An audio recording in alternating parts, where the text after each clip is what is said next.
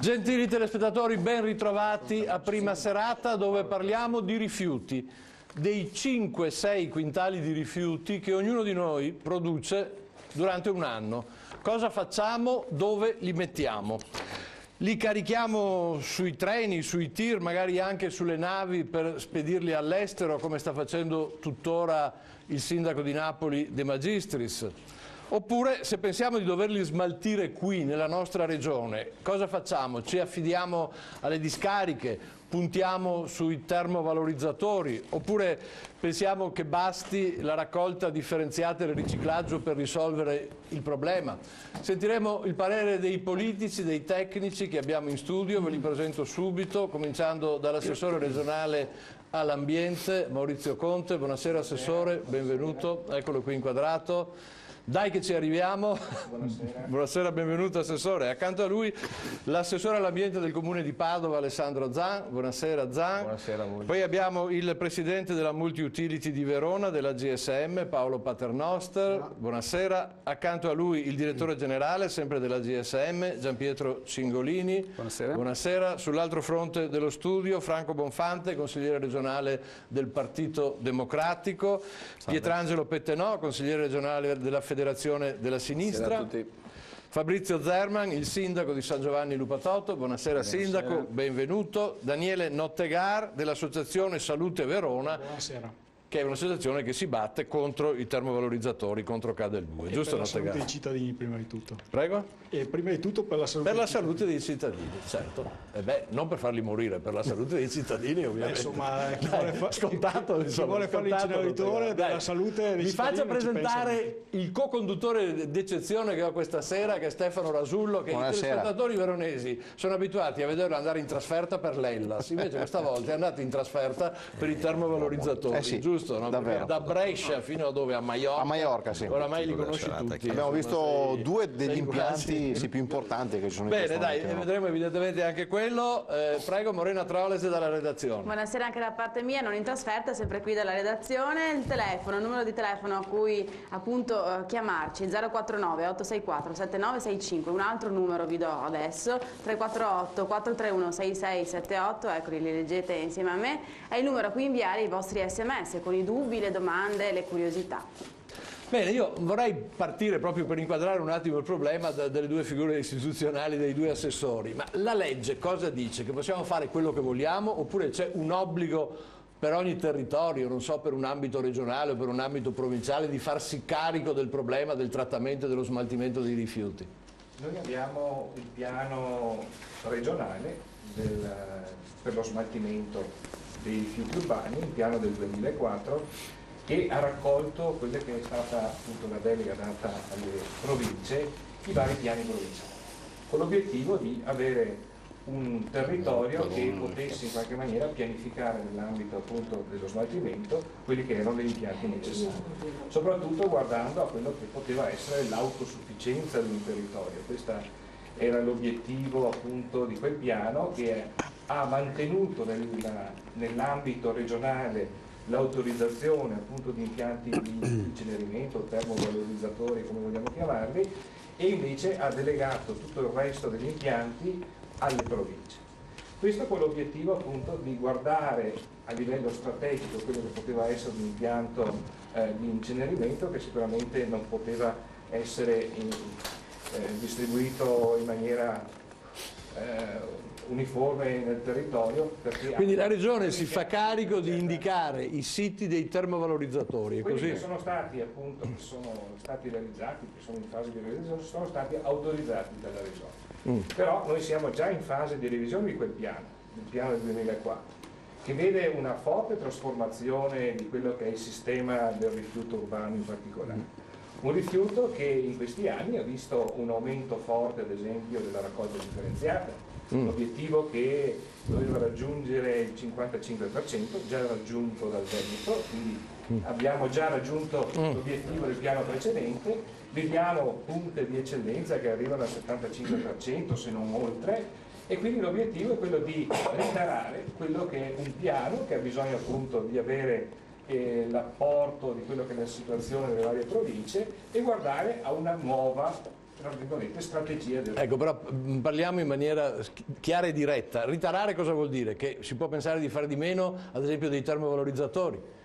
Noi però abbiamo degli investimenti, abbiamo visto che nell'ambito della gestione sono stati fatti degli investimenti e noi dobbiamo, tra virgolette, garantire che nella gestione ci sia la massima razionalizzazione della spesa per costi di gestione, e su questo dobbiamo anche ragionare, perché continuare a fare impianti che poi non hanno, e questo è anche l'aspetto nuovo che è evidente, la scarsità del prodotto principale che è il rifiuto, noi abbiamo visto un calo forte di quello che è il conferimento in discarica all'inceneritore del rifiuto. Perché gran parte oggi viene riciclato, lei dice, aumenta la parte che... Magari in questi ultimi tempi anche un po' di crisi ha visto un calo di quelli che sono i consumi e di conseguenza anche del rifiuto, ma nell'insieme noi dobbiamo appunto guardare l'aspetto della gestione guardando anche agli investimenti che sono già stati fatti, perché poi alla fine è il cittadino che paga con la tariffa, con i costi che poi paga nella bolletta ai comuni, il costo sia della raccolta e Ecco, comunque vediamo un momento anche con l'assessore Zà, ma insomma c'è, per legge o non per legge, c'è in qualche maniera questo obbligo, questo dovere di farsi carico del problema evitando di andare ad esportarlo, insomma, per capirci? Ma la legge è abbastanza chiara su questo, attribuisce dei compiti suddivisi per regione, provincia e comune. In pratica la regione ha un compito di autorizzare nuovi impianti, di cambiare quelli vecchi esistenti per rinnovarli, come è successo anche agli inceneritori, e si occupa praticamente della parte dello smaltimento dei rifiuti e anche della tariffa, no? che questo comporta. La provincia sostanzialmente disegna il piano provinciale, ogni provincia fa un piano provinciale che dice c'è tot discariche, un inceneritore, tot raccolta differenziata, e dunque fa una analisi di come è possibile smaltire i rifiuti a livello provinciale proprio per ottimizzare questo servizio. I comuni si occupano della raccolta sostanzialmente. Della raccolta, di organizzare la raccolta. Organizzano la raccolta, come abbiamo fatto a Padova, dove a Padova in tutta la città c'è la raccolta differenziata, e dove ci siamo però concentrati sul perfezionare e migliorare questa raccolta differenziata, trasformandola in raccolta porta a porta in alcune zone della città, e volendo estendere questa raccolta porta a porta nei prossimi anni, intanto alla periferia della città, poi diremo anche perché, poi eventualmente anche a tutta la città, perché differenziare i rifiuti in modo pulito e in modo spinto, coinvolgendo i cittadini,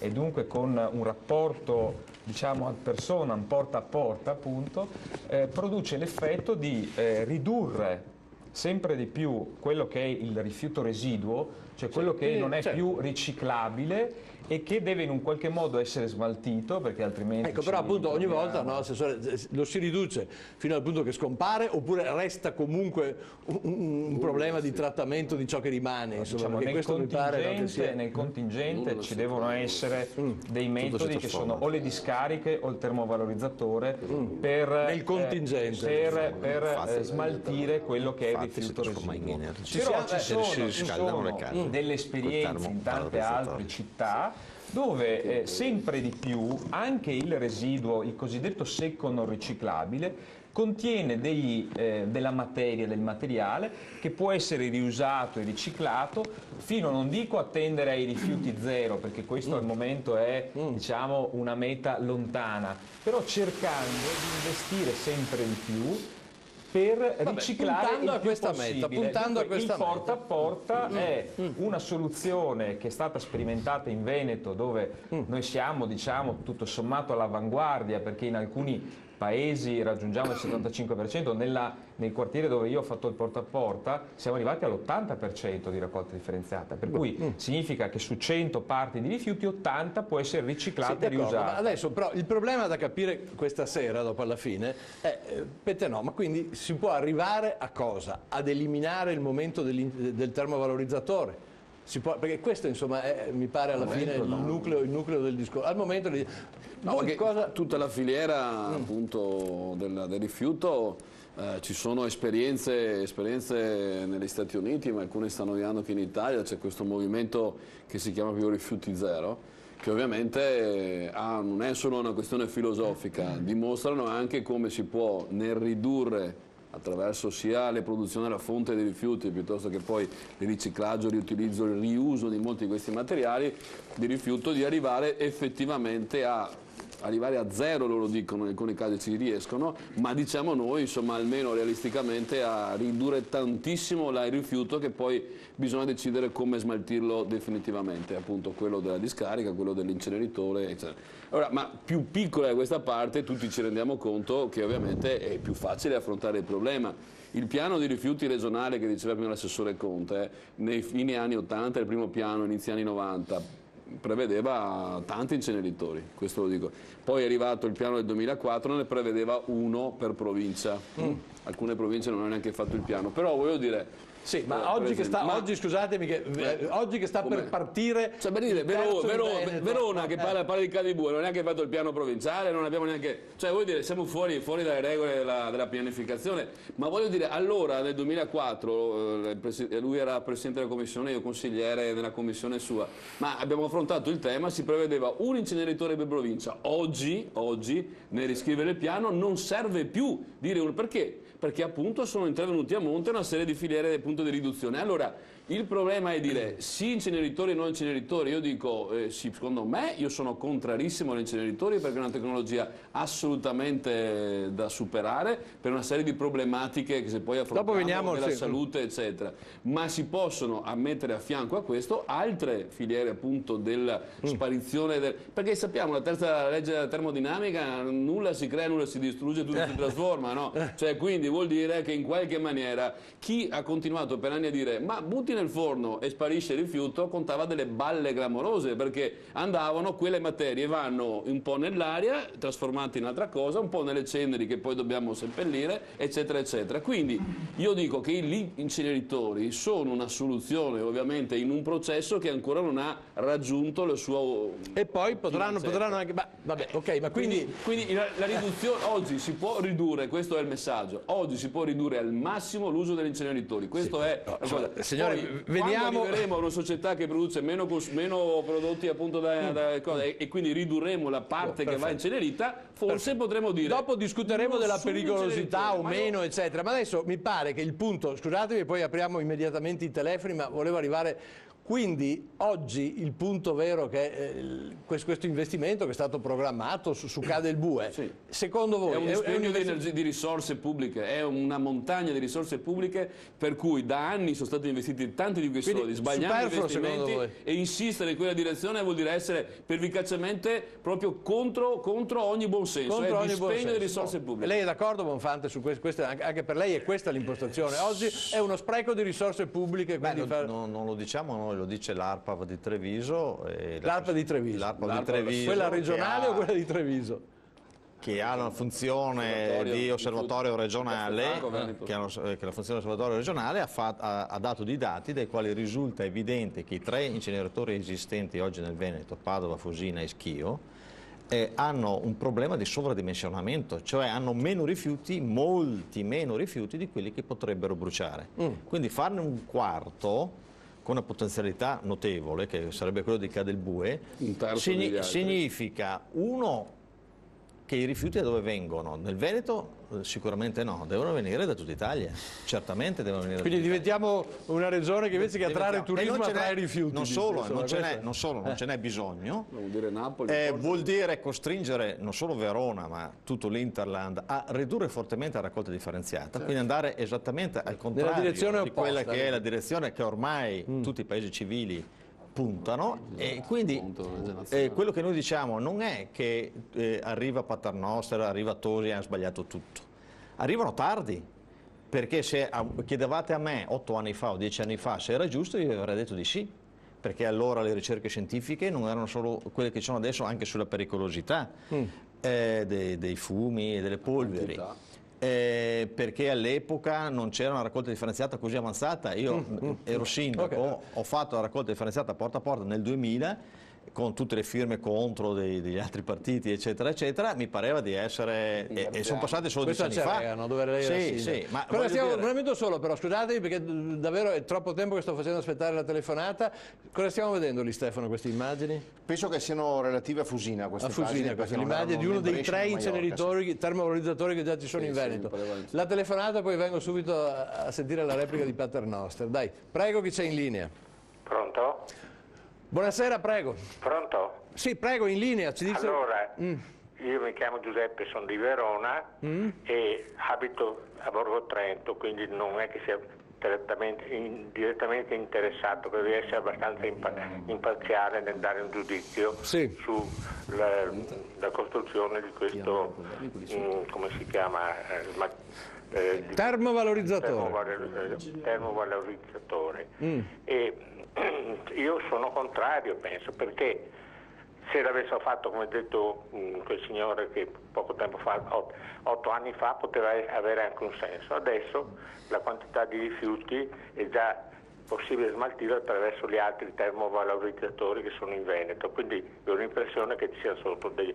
Quindi lei è d'accordo, insomma, con questa tesi che avrebbe avuto senso in passato ma non oggi, insomma, questo. La ringrazio, e così era la Paternoster, state sprecando inutilmente delle risorse.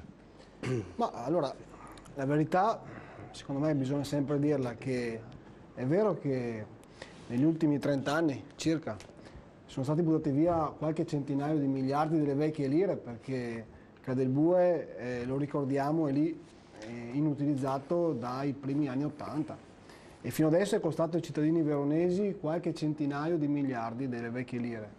E l'amministrazione comunale, che naturalmente è stata votata dai cittadini 4 anni fa, ha voluto porre fine, ed era nel programma elettorale, a questa vergogna, e non ripeto, una vera vergogna, che era rappresentata dall'impianto di Cadelbue fermo, inutilizzato e chiaramente con il problema gigantesco dei rifiuti a Verona, con la raccolta differenziata che era ferma e naturalmente l'amministrazione comunale che ci precedeva aveva la raccolta differenziata del 25%, 30%, e con i rifiuti che si portavano in maniera indiscriminata in discarica.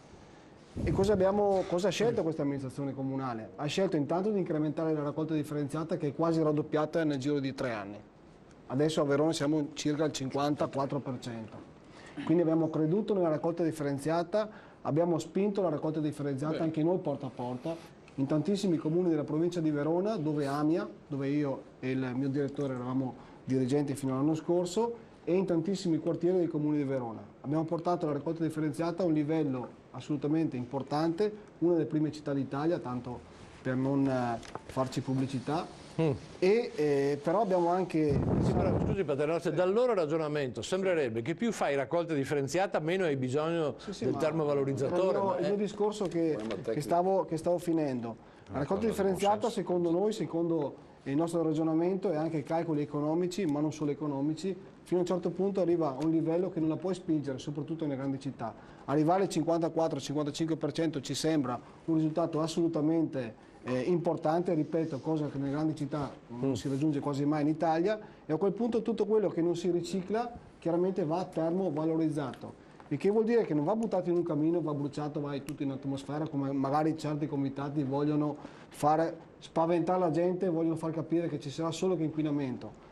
Ma siccome per noi il rifiuto, e non solo per noi, il rifiuto è una risorsa, viene valorizzato, viene bruciato e valorizzato e verrà trasformato in energia. Trasformato in energia, perché il termovalorizzatore non si alimenta a metano, ma si alimenta chiaramente a rifiuto. Va bene. Questo è quello di Padova che stiamo vedendo. Quindi questo rifiuto produrrà tra l'altro tantissima energia e tantissima acqua calda, l'abbiamo detto più volte, che potrà servire tantissime abitazioni sia del comune di Verona ma magari anche del comune di San Giovanni del Patotto.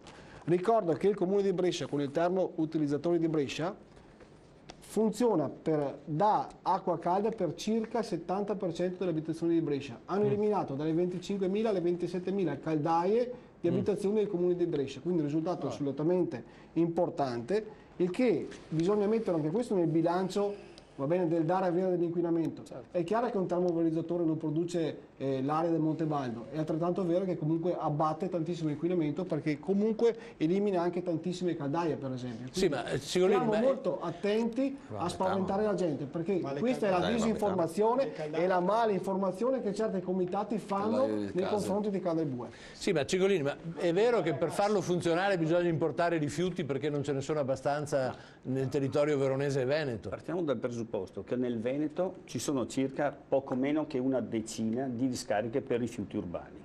Ad oggi stanno funzionando. Dobbiamo partire dal presupposto che la direttiva europea e la legge italiana si è conformata alla direttiva europea, vieta di conferire in discarica rifiuti che hanno un potere calorifico, cioè che possono essere utilizzati per produrre energia. Allora, o prendiamo coscienza, e senza fare demagogia né strumentalizzazioni, che le discariche sono fuori gioco, perché sono fuori legge e stanno funzionando solo in virtù di proroghe che vengono concesse di anno in anno con quel famoso decreto 1000 proroghe. Allora, se le discariche sono fuori legge, devono essere chiuse e devono ricevere solo rifiuti che non possono essere diversamente utilizzabili. Se qualcuno si schiera col partito delle discariche, non c'è spazio, non c'è materiale per i termovalorizzatori.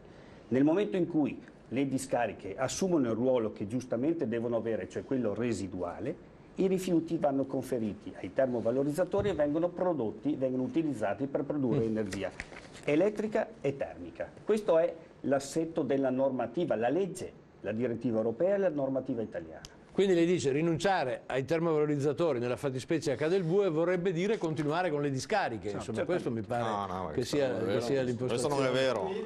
Ma non finisce gli altri inceneritori. No, intanto il microfono però non tegare, se no non la sentiamo. No, dicevo, le ceneri dove le mettono? Perché comunque, come diceva prima Petenò, la legge fondamentale della chimica o della termodinamica dice che nulla si crea, nulla si distrugge, tutto si forma. Il 20% di ceneri che rimane va in discarica. Infatti, sì, Cigolini diceva il rifiuto utile a produrre energia non puoi mandarlo in discarica. Scusa, ma però ho detto basta discariche, quindi giustamente il 20% di ceneri dove le metti? Ma siccome l'inceneritore ha una dimensione molto grande, perché sennò non è economico, automaticamente uno alla volta non lo dite. No, beh, scusa Cigolini, allora spiegami perché hanno autorizzato la discarica di Torretta fino al 2050 e quella di Caffilissine per altri 14 anni a 200.000 tonnellate l'anno. Cioè, allora se le discariche vanno chiuse per legge, vanno chiuse anche queste domani, non nel 2050 o nel 2030, perché allora siamo fuori legge completamente. Esattamente. Sì, no, esatto, allora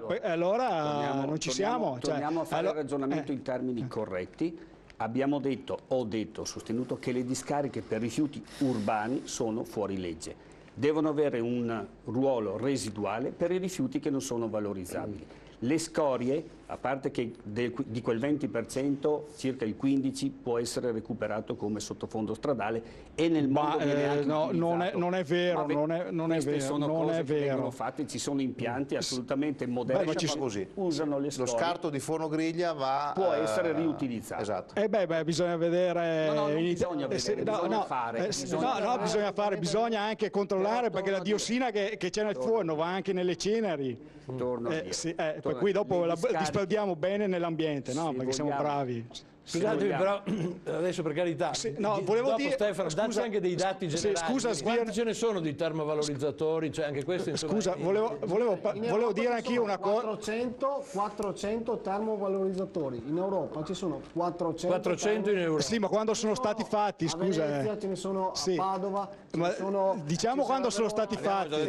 Appunto Schio. Diciamo quando sono stati fatti. Non sono i termovalorizzatori che ci facciamo per i prossimi 25 anni, sono stati fatti 25 anni fa, perché quando fanno un impianto del genere per ammortizzarlo hai bisogno di mantenerlo in funzione per 25 anni e per 25 anni butti nell'atmosfera e sulla roba che mangia i cittadini le emissioni di un inceneritore. Bene, un attimo solo, scusatemi, la telefonata che abbiamo in attesa, dobbiamo fermarci con la pubblicità, ma c'è tempo per affrontare e sviluppare tutti i temi. Prego, chi c'è in linea? Hai caduta? Prego, allora vediamo Morena i primi SMS. Sì, io abito vicino al termovalorizzatore, ci scrivono di Padova, un po' temo per le conseguenze sulla salute, ragione ad essere dubbiosa, sono una mamma e mi potete ben capire. Ancora, certo che manca ancora è come la cultura del rispetto per l'ambiente, basti pensare alla monnezza napoletana che smacco per l'immagine dell'Italia nel mondo, ve lo ricordate? Ce lo scrive Lorenzo. Poi ancora, un termovalorizzatore funziona se la differenziata funziona. Certo. Vabbè, questo mi pare che sia un presupposto. È una chiave però questa, perché prima abbiamo sentito che le due cose potevano andare in contrapposizione, ma non sono in contrapposizione. No. Cioè è un ciclo integrato che parte con la differenziata e che finisce con il lavoro del termovalorizzatore. Questo è quello che si fa nelle città dove funzionano grandi impianti come Maiorca, come Brescia, che sono considerati, attenzione, impianti modello. Brescia, tra l'altro, non è un impianto nuovo. È un impianto che ha già qualche anno, ma è considerato uno dei migliori a livello non soltanto di sicurezza, ma anche a livello proprio di potenzialità di recupero energetico. Questo mi pare che anche a Padova si dice che l'impianto dell'APS a Padova è uno dei più moderni. Sono tutti i modelli. Sì. Ma allora, se posso dire... Poi è fegato d'Italia, per cui sono no, ma non c'è vabbè, adesso parliamo anche di questo, allora, scusate. Vogliamo spaventare la gente, parliamo sempre di questo. Sono state fatte campagne epidemiologiche a parte Arrivo sindaco. Immense, e questo è il problema, viene spaventare sindaco, la gente. Scusi, siamo in 8, se vuole parlare se posso anche da lei con tutto lo spazio che vuole, dai, ma non mi dica che va via, per piacere, perché, spaventate la gente. Siamo in trasmissione da 10 minuti, lei mi dice che va via. Prego, perché sennò il sindaco di San Giovanni va via. Prego. No, non vado via. Allora, no, sono qua per... No, mi farebbe cosa gradita poter esprimere un'opinione tranquillamente. Con tutto lo spazio allora, il dibattito è partito in modo, direi, molto costruttivo e civile, e credo che si è capito che il problema degli inceneritori va esaminato con un'ottica nuova, perché la legge regionale che è stata fatta ha 10 anni. Ora non è che questo problema sia un problema sul quale si può dissertare con serenità e tranquillità, è un problema che riguarda la salute della mia gente, della gente che abita a pochi metri dall'inceneritore. Quindi la preoccupazione è questa. Se stessimo parlando di un impianto di altro genere, probabilmente l'attenzione sarebbe minore. Allora la nostra preoccupazione è genuina ed è per la salute della nostra gente. Ecco, però permetta, detto questo, sindaco, credo che anche questo è uno dei temi di dibattito. Sì, no, va come bene. Non è scontato che non facciano nulla, non è neanche scontato che ti facciano il tumore al fegato. Attenzione, questa temi di discussione anche questo. Queste sono affermazioni, bisognerebbe, se vuole, mi dà fastidio vedere le persone che citano dati. Io qua ho una relazione dell'Istituto Italiano di Epidemiologia che mette in relazione pericoli per la salute. Se vuole lo leggo. Stiamo parlando dei medici che dicono che gli inceneritori di nuova generazione sono anch'essi pericolosi per la salute. Lo sono meno dei vecchi, naturalmente, questo siamo d'accordo. Ma anche quelli di ultima generazione. Sì, soprattutto perché sono masse e quantità molto maggiori, sono inceneritori di una potenzialità. Poi mi faccia dire una cosa però, qui era autorizzato comunque un inceneritore che in questo momento vede conferite dalla provincia di Verona la metà della sua potenzialità, perché stiamo parlando che i rifiuti che andrebbero sono la metà, ma quello che si sta profilando sono 2 inceneritori, perché viene costruito un inceneritore nuovo, abbiamo visto che è uno stabilimento a sé stante completamente e viene fatto funzionare anche il vecchio inceneritore, quindi non credo che fossero autorizzati 2 inceneritori a Verona, e qui stiamo parlando di 1200 vedremo anche questo. Io devo dire, a Padova ce ne sono 3 addirittura, giusto? 3 linee. Ma non di questa potenzialità, stiamo scherzando adesso. Ok, un unico impianto. Allora, mi pare che i problemi siano 2. Servono ancora inceneritori oppure no? Sono oppure no pericolosi con la salute? Sono 2 questioni, giusto, che andiamo avanti adesso ad analizzare senza minacciare di andare via. No, allora, che sono pericolosi per la salute, qualsiasi medico non viene mai invitato. Non credo che proprio tutti, no? Tutti. C'è anche chi dice che no. Tutti i medici. Nessuno esclude, credo che neanche Paternoster possa escludere i pericoli per la salute. A Padova, dove c'è dagli anni 70, è stata decimata. Guardi, allora io ho assistito anche... Sono i dati relativi anche a Padova. Non è facile mettere in relazione i danni della salute con l'inceneritore, è un discorso che va osservato nel corso degli anni, ci vogliono decenni, quindi è difficile dire accendiamo l'inceneritore, muore la gente. No, però per esempio, non so, potrebbero essere che in una città come Padova, che ripeto, l'ho imparato questa sera, ha iniziato a farli funzionare dagli anni 70, ci sia un'esperienza sufficiente per dire qual è l'incidenza. Guardi, le do un dato. Si potrà farlo anche, immagino, non so, adesso Stefano, Vienna, altre città, che tra l'altro so che mi viene in mente Vienna perché è molto vicino anche al centro storico. Guardi che li abbiamo i dati, sono costati. Signori, però scusatemi, devo fermarmi con la pubblicità, c'è tempo per tutto. A tra poco. Tara su quello che si beve prima in Veneto, prima di stabilire qual è l'incidenza dei tumori al fegato. Eccoci qui. Allora, cominciamo a utilizzare anche le trasferte però di Stefano Rasullo. Noi vediamo come funzionano le cose a Maiorca. Mi pare la cosa più curiosa in Spagna. Perché è un impianto considerato in questo momento tra i più sicuri e più a livello di recupero energetico più importanti nel mondo, cioè con maggior risparmio, ed è un impianto molto simile di quello che poi Urbaser, che è questa società spagnola che è numero 1 al mondo in questo tipo di smaltimento, trattamento e smaltimento corretto di rifiuti, ha decine e decine di impianti di questo tipo in giro per il mondo, appunto un impianto molto simile a quello che Urbaser vorrebbe poi costruire a Verona. E a Maiorca c'è una situazione, ti dico Mario, molto particolare, perché è un'isola turistica, lì hanno anche il problema dei rifiuti speciali, e hanno creato in 20 anni una cultura proprio dell'ambiente, facendo capire alla gente perché è importante differenziare, ma perché è importante anche il termovalorizzatore. Tu dici rischiano di perdere anche tutto il turismo se ci fosse una... Dai, allora vediamo un momento, dai, perché mi pare interessante, riprendiamo da questo servizio. Prego. È pensabile avere un termovalorizzatore nelle vicinanze di una città, alle porte di una zona residenziale, avere un grande impianto vicino a case e famiglie? Beh, considerando l'esperienza di Verona, le proteste di piazza contro Cadebue anche degli ultimi giorni, parrebbe davvero di no. In realtà l'esperienza che portano altre città europee, grandi città europee, è completamente diversa. Qui ad esempio siamo a Palma di Maiorca, perché proprio qui a Palma, l'isola che è un po' una perla delle Baleari, c'è uno degli impianti più tecnologici, più sicuri e più moderni del mondo, e da anni l'isola convive con il suo termovalorizzatore, che non è considerato un problema, ma anzi una risorsa. Un impianto modello che garantisce rendimenti altissimi in termini di energia e calore e che contemporaneamente è al top della sicurezza, con i valori degli inquinanti emessi nell'aria molto al di sotto dei limiti europei. È Sorreus il termovalorizzatore costruito a Maiorca da Urbaser, la società spagnola leader nel trattamento e smaltimento corretto dei rifiuti, che costruirà e gestirà il nuovo impianto di Cadebue, destinato a diventare per tecnologia e sicurezza uno dei migliori al mondo. Questo impianto dispone di una turbina elettrica della capacità di 26 megawatt. La capacità produttiva di energia elettrica supera i 153.000 megawatt ora all'anno. Si sono raggiunti dei limiti di emissione che stanno ben al di sotto di quanto concesso dalla direttiva europea, quindi se per esempio le emissioni di NOx, gli ossidi di azoto concessi per legge sono nell'ordine dei 200 microgrammi per metro cubo normale, l'impianto di Verona non andrebbe oltre un valore di 50.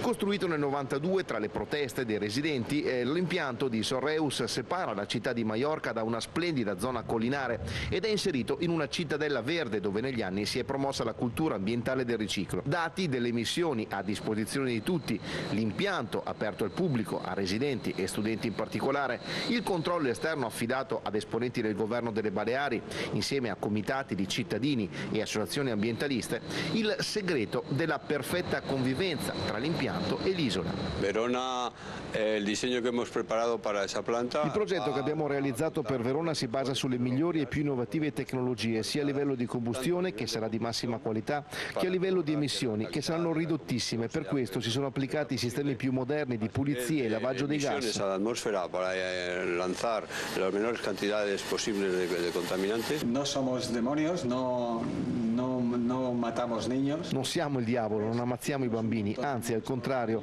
riceviamo un sacco di ragazzi ogni anno che ci vengono a visitare. Poco a poco la società delle Baleari e di Maiorca si è abituata a vedere ciò come una soluzione e non come un problema.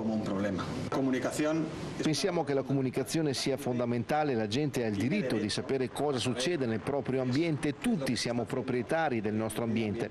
Al fattore educativo abbiamo sicuramente dato molto risalto. Abbiamo un centro che lavora proprio a questo, organizza visite, attrae la gente che voglia sapere, conoscere. Riceviamo più di 20.000 visite all'anno.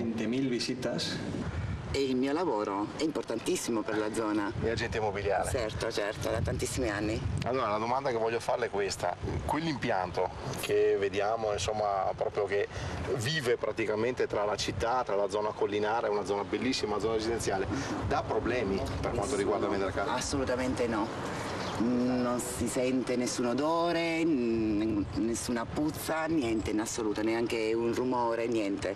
Non è qualcosa che, diciamo, compromette? No, al contrario, la gente continua a acquisire case qui in questa zona perché si vive abbastanza bene, siamo solo a 5 minuti di Palma centro e non dà fastidio assolutamente. No, nosotros no. No, aquí no. Aquí nunca nos ha dado problemas. AGSM che conta di portare a casa le autorizzazioni per la definizione dell'impianto entro il 2012 per poter iniziare poi i lavori nel secondo semestre del 2013.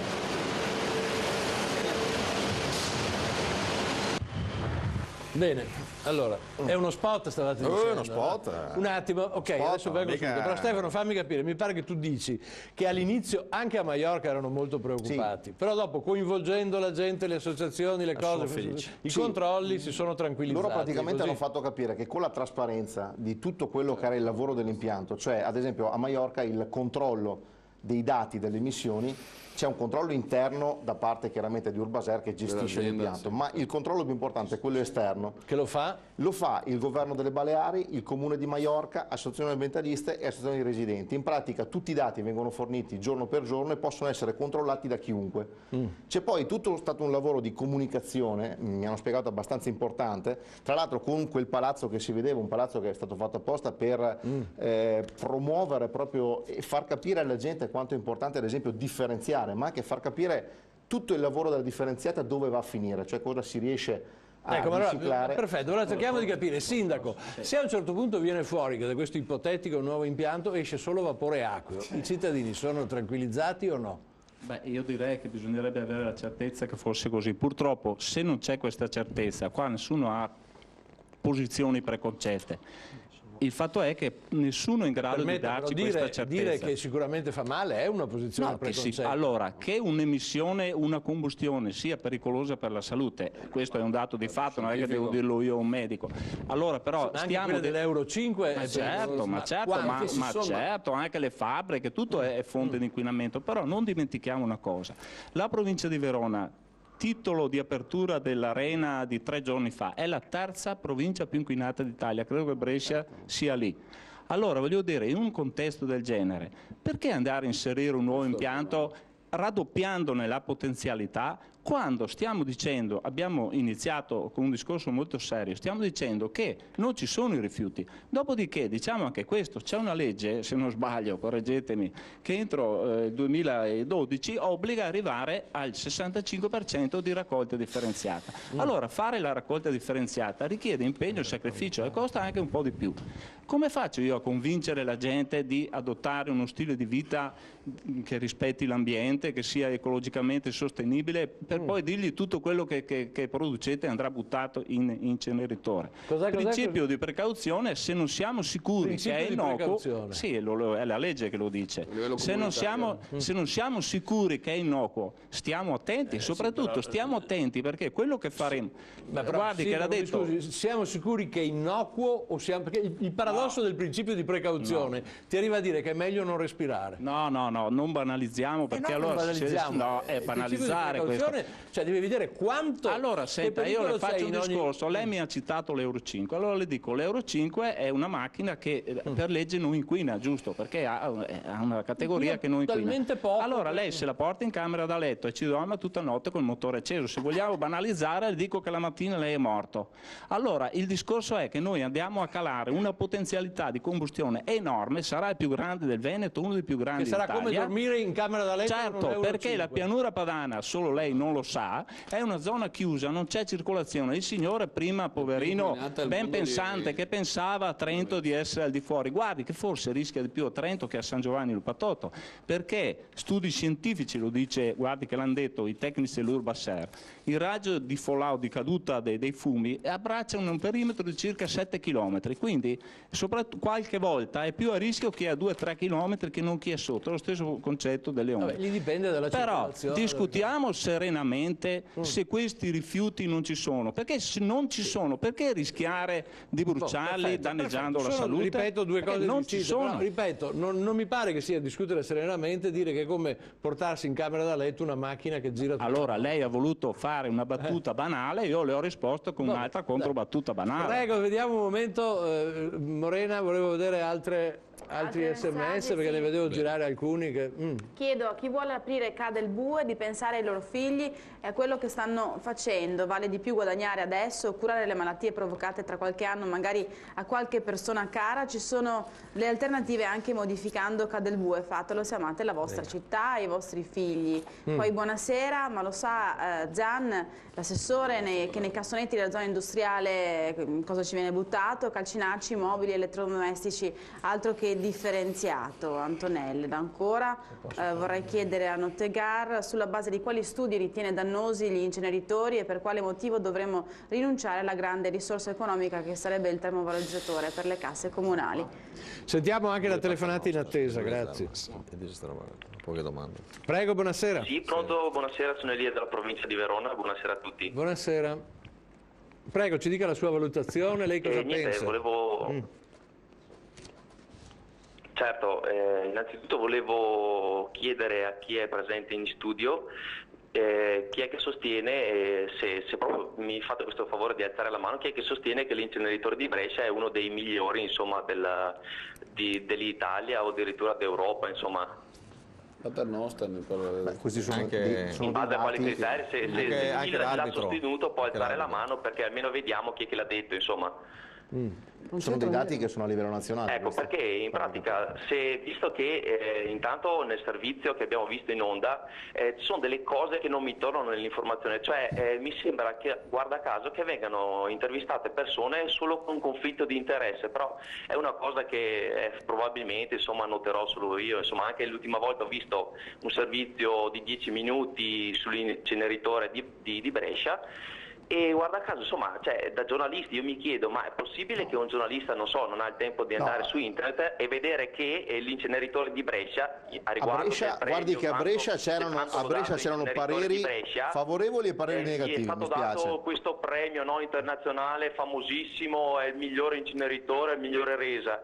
Se lei guarda su internet troverà, cioè, è una cosa che anche insomma, i ragazzi delle medie riescono a fare, trovano il video dove c'è un ingegnere che spiega che questo è il famoso autopremio agli inceneritori di Brescia, cioè se lei guarda con quali parametri sono state giudicate le emissioni dell'inceneritore e chi c'era dentro questa commissione di valutazione e da chi ha ricevuto questa commissione, da chi ha ricevuto i soldi per dare questo premio.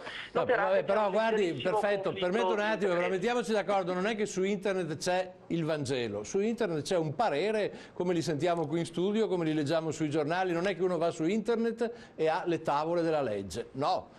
Anche su internet puoi trovare, scusi, delle sciocchezze come quelle che dico io ogni tanto, che dicono altri, perché cioè, deve essere chiaro insomma, che qui c'è un confronto di opinioni e di valutazioni, anche di dati scientifici, che alcuni vanno in una direzione, altri vanno nell'altra, perché se no, se basta andare su internet per trovare la verità, chiuso.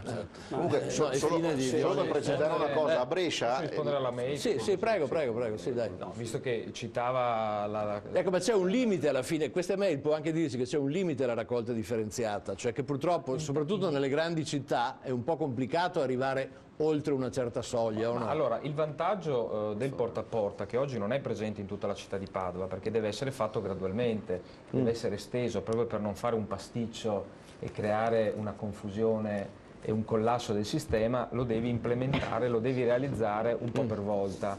Adesso siamo in un quartiere di Padova, abbiamo realizzato l'80%, nei prossimi 2 anni completeremo gran parte della città.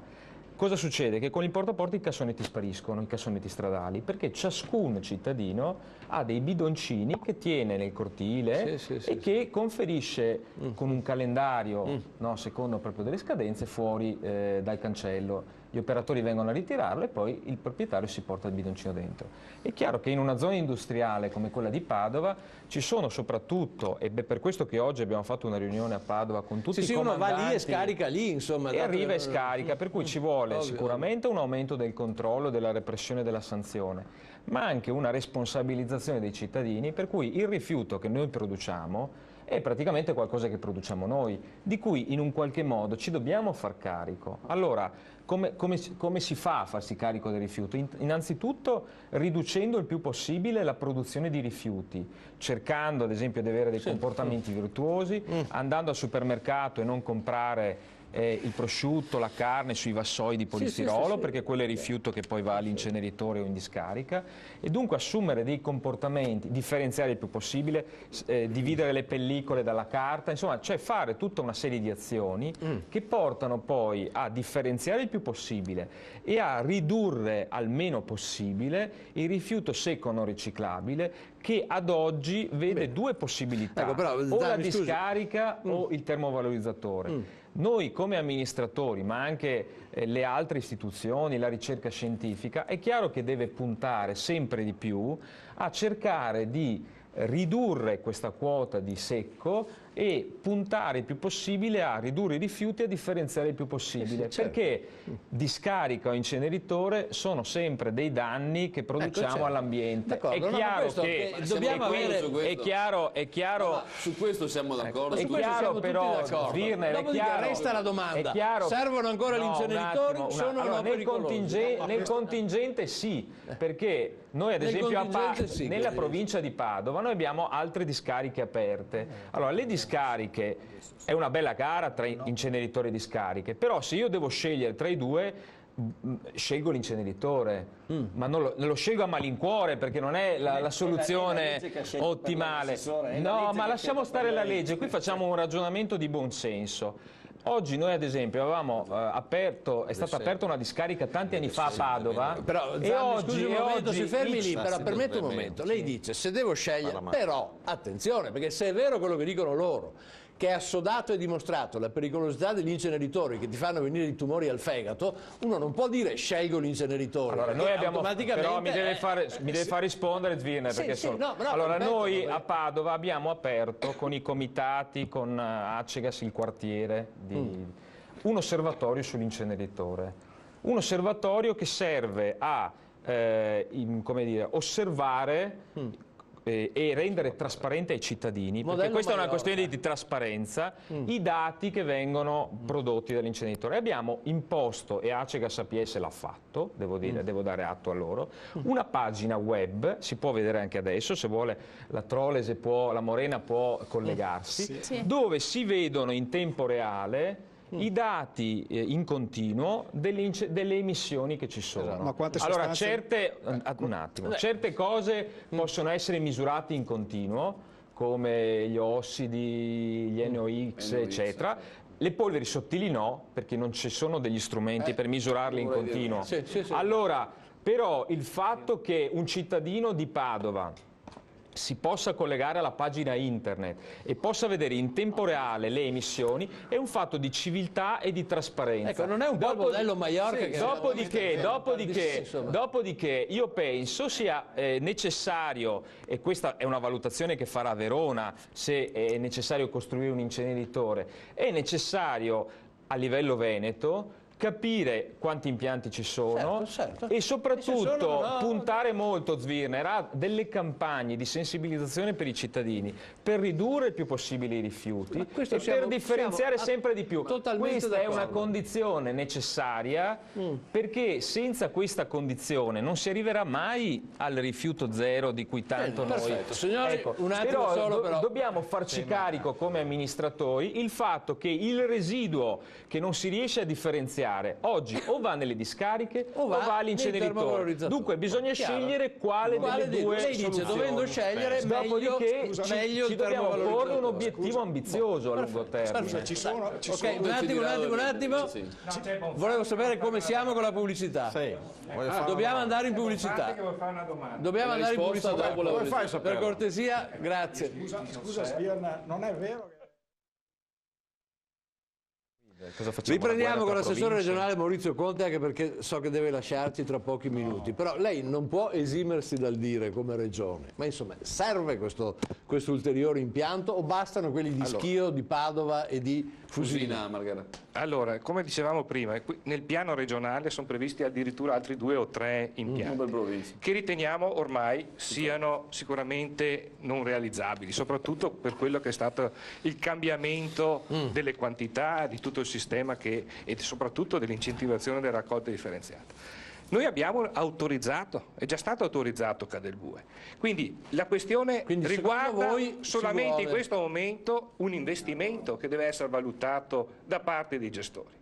Perché per quanto riguarda la pianificazione regionale, Cadelbue per noi esiste. Quando è stato autorizzato? 2004. Nel 2004. E 7 anni dopo ancora valido? Questa è la domanda. Ma questa è una valutazione. Mi sorge così. Allora, è valido in che senso? No. Nell'ambito gestionale, quindi sarà una responsabilità della gestione che avrà a vedere. Bene. No, perché se dobbiamo guardare quello che è il rischio della salute, questa, appunto. Sì, sono norme europee. Sono norme europee che noi dobbiamo. Vabbè, ma sapendo che fa male, perché voi rischiate per 25 anni. Devi andare in Europa a dire avete sbagliato tutto. No. Perché su questo, quei dati, quei limiti, secondo me sono stati valutati anche sotto l'aspetto. Beh, a parte che nessuno ha ancora visto il progetto, per cui non si sa che dati e che limiti ci sono. Sono uguali per tutti. Vediamo quando ci sarà pubblicato. Comunque noi cittadini siamo preoccupati perché non accettiamo che ci sia una minima percentuale di rischio per un impianto inutile che andrà a bruciare i rifiuti che non sono di Verona, ma bensì dovrebbero importarli addirittura di Napoli.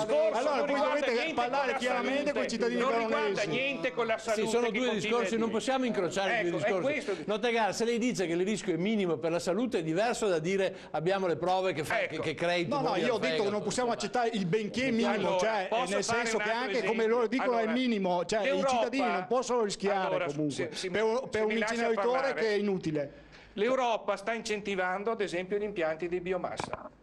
Questo siete certi voi che non fanno male, che non producono polvere sottili? Siamo certissimi che le producono. E perché li lasciamo fare? Questo è l'aspetto. Li spingiamo. Allora, l'Europa sta sbagliando tutto. Scusa, sta sbagliando. No, è la stessa cosa. Un inceneritore anche sulle energie rinnovabili. Sta sbagliando molto. Dal momento che citiamo sempre scusa se posso dare un contributo. Fatemi tornare un momento perché anche. Scusa, Zwirner. Non ho capito, scusami, Sindaco. Non ho capito se a quella domanda, ma Cadelbue, cioè un nuovo impianto. Servono ancora in Veneto rispetto alla produzione di rifiuti che abbiamo? Perché non si può rispondere l'abbiamo autorizzato 7 anni fa, adesso si arrangino i veronesi. Perché adesso ARPAV, che è quella titolata a calcolare i rifiuti, dice, l'ha detto prima Bonfanti all'inizio dell'apertura, dice che sostanzialmente quelli inceneritori che sono in funzionamento sono tutto sommato sovradimensionati. Allora Pettenò, tu sai che parecchie aree della nostra regione portano i rifiuti fuori. Lo sai anche tu. Quindi per... Allora... ma questa è un'altra novità, cioè bisogna dirlo. Lo sai e lo sanno tutti. in Ungheria. Ecco, allora, valutiamo quello che è un obiettivo anche regionale, di quello di un'autosufficienza a livello, perché i costi di portare all'estero, l'inquinamento che dai trasporti viene fatto, esiste? Portano all'estero perché costa meno. Allora, non questo su cui dobbiamo valutare. Allora, gli investimenti investimenti devono essere valutati anche su quello che sono i costi. Quindi Bonfante De Magistris sta facendo, come dire... Ma anche Treviso, anche Murano fa questo. Sta pagando Treviso non ha una discarica, un inceneritore, un piffero di niente. Sta pagando Mi sono sempre domandato, euro. ma i trevigiani se ne mangiano i rifiuti? Alla trevigiani sera penso di discariche ne hanno avute o invece le portano in giro per l'Italia, li portano in Ungheria. Vai a dirlo a paese, Cos'è quello? Dai, andiamo a inquadrarlo, su. Facciamo un po' di colore, sono qua. Chi è questo? Questo è il capogruppo della Lega Nord in regione che ha fatto la campagna elettorale 2010 no agli inceneritori.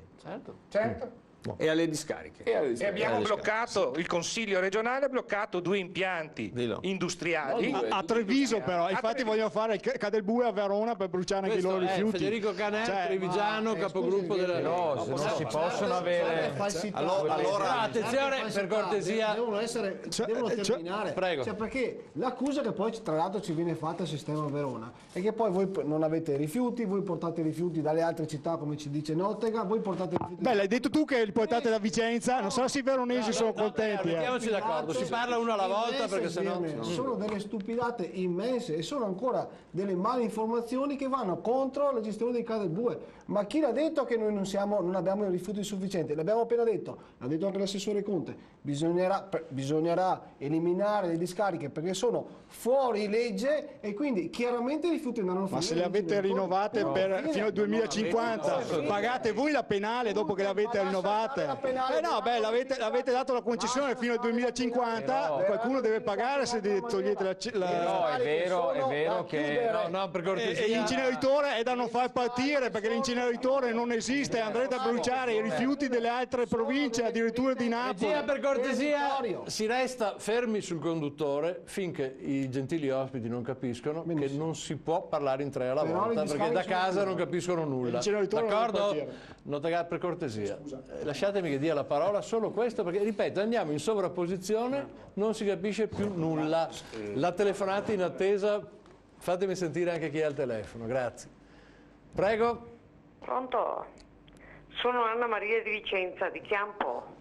Da Chiampo telefona, signora, ci dica. No, Chiampo in provincia di Vicenza. Sì, Chiampo in provincia di Vicenza. Ok, allora noi facciamo da 5 anni o 6, non mi ricordo veramente, la raccolta differenziata, porta a porta naturalmente.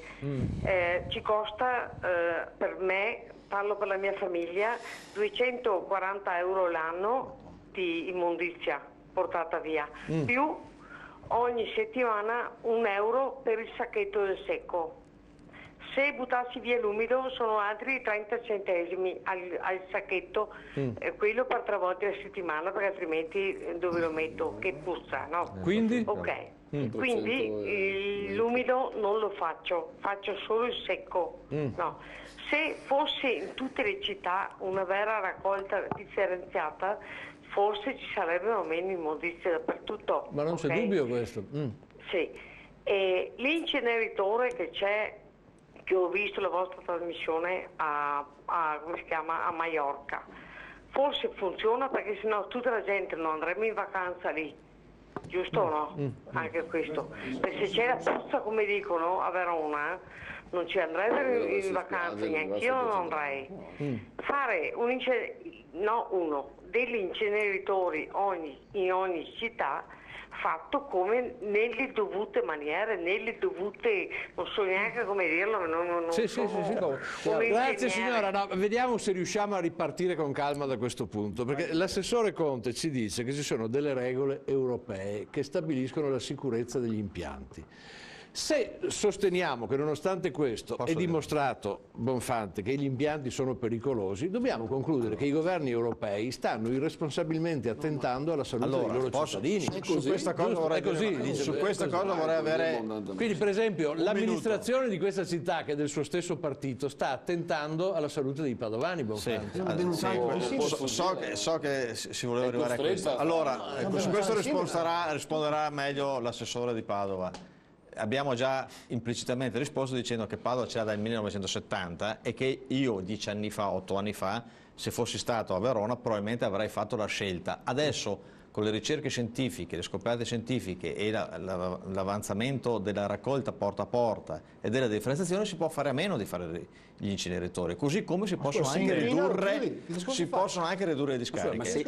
Arrivo all'Europa. Allora, la norma europea è del 1998, la norma europea. Ricerche scientifiche dicono che vengono analizzate le PM10, le polveri sottili PM10. Con gli inceneritori moderni, con i poteri calorifici forti, ciò che è pericoloso sono non le PM10 ma le PM2,5 o addirittura le cosiddette nanoparticelle, le 0,1 eccetera, che non rientrano nei limiti. Cioè oggi l'aria è pulita perché non vengono analizzate queste forme ancora. Devono ancora, è come la trazina tanti anni fa. Non abbiamo dei controlli abbastanza sofisticati, oppure non conviene in questo momento fare questi tipi di analisi perché sennò risulterebbero che tutti gli inceneritori inquinano. Per quanto riguarda i paesi nord europei, che è vero che hanno gli inceneritori, attenzione che stanno adottando dei sistemi per superarli, così come le centrali atomiche. La Germania ne aveva tante e ha deciso di chiuderle piano piano, non subito. Nessuno pretende che gli inceneritori funzionanti di Schio, di Padova e di Fusina li chiudano domani. Nessuno lo pretende, così come non pretendiamo che vengano chiuse le discariche, pretendiamo che quelle che ci sono siano messe in sicurezza il più possibile e che non se ne aprano di nuove. Pretendiamo che gli inceneritori non se ne facciano di nuove e che si aumenti la raccolta differenziata. L'ha detto, forse senza volerlo, Paternoster all'inizio, quando dice noi siamo già arrivati a Verona al 55%, e quindi ci fermiamo lì, perché se vanno troppo avanti non possono, l'inceneritore non funziona più. Ha detto la verità con due parole. Anche sulla pericolosità, perché vorrei che restassimo, perché quello poi... Scusi, no, perché forse tante volte quando si parla probabilmente Bonfante dovrebbe capire meglio quello che si dice e stare molto più attento. Ho detto Madonna, capisci tutto te, ma certo, non mica ti ho offeso io. Molto più di te, perché quando dicevo che l'amministrazione comunale precedente a questa, che rappresentava il tuo partito, naturalmente, aveva una raccolta differenziata al 25-30%. È stata quella che l'ha introdotta la raccolta differenziata. E non puoi dire bugie, non puoi dire bugie. È stata introdotta dalla precedente amministrazione, è partita da zero. E voi state approfittando per crescere. Epoca Sironi avevate la raccolta differenziata al 25-30%. Noi in 2 anni l'abbiamo portata dal 25%. Per cortesia, uno alla volta. La vostra amministrazione al 54-55% di questa amministrazione. Certamente abbiamo fatto un bel lavoro, non è che lo dico io, lo dicono tutti quanti.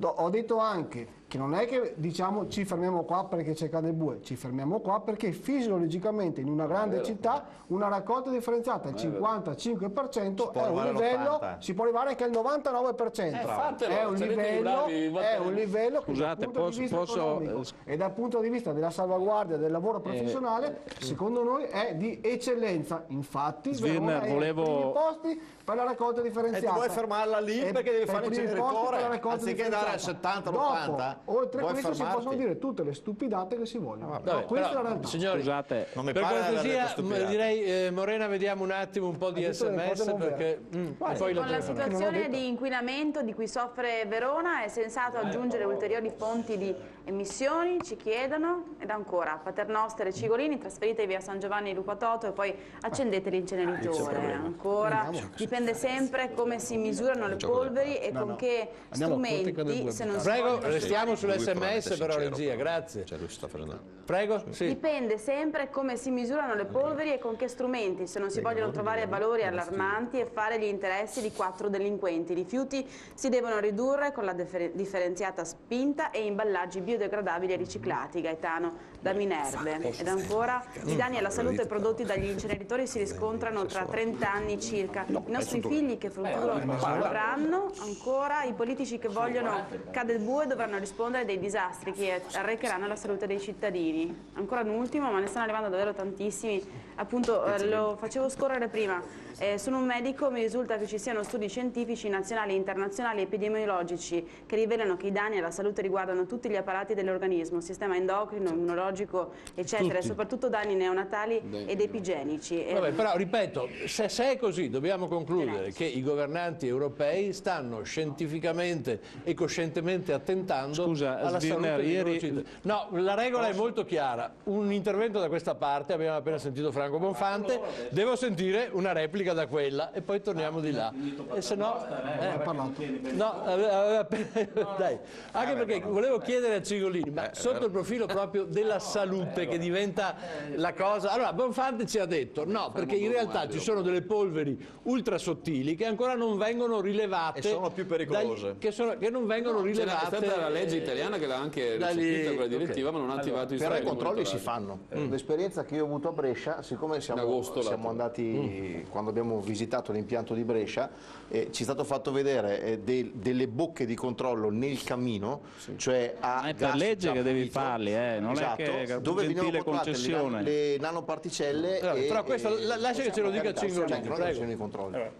Solo per riportare con una certa serenità i problemi a quelli che erano. C'erano due problemi: uno, i quantitativi di rifiuti prodotti e quindi l'esigenza o meno di termovalorizzatori, e il problema sanitario, o meglio le emissioni che questi provocano. Per quanto riguarda i quantitativi, si diceva prima che nella regione Veneto il piano vecchio del 2004 prevedeva un inceneritore per ogni provincia. Oggi ci siamo ridotti nei numeri a 3 esistenti e uno esistente, il quarto, in fase di riattivazione, che ha funzionato dal 2004 al 2006 in una certa maniera, che non ha provocato alcuna forma di inquinamento secondo i dati ARPAV. Premetto che questi dati sono pubblicati sui siti, compreso quello di AGSM, ma sono praticamente resi noti e resi pubblici. Quindi sotto il profilo dei quantitativi non siamo legati alle 190.000 tonnellate, alle 150, cioè secondo la programmazione regionale, secondo quello che saranno i calcoli, se dovesse risultare che le necessità non sono di 190.000 tonnellate all'anno, ma sono di 170, si adeguerà il progetto, si imporrà alla ditta di rivedere in ribasso. Come diceva giustamente l'assessore Conte, è un problema gestionale, in maniera che sia bilanciata la potenzialità dell'impianto e l'esigenza. Il bando di gara prevede che fino all'approvazione del progetto definitivo si possono chiedere tutte le modifiche che si rendono necessarie.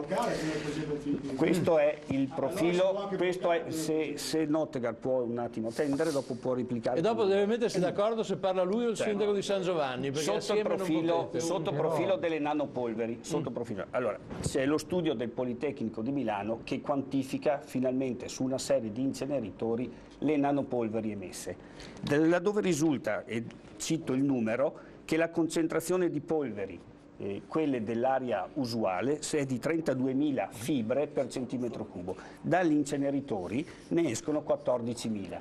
Ma a prescindere da questo, quindi molto meno di quelle che sono presenti nell'area circostante. Ma perché queste?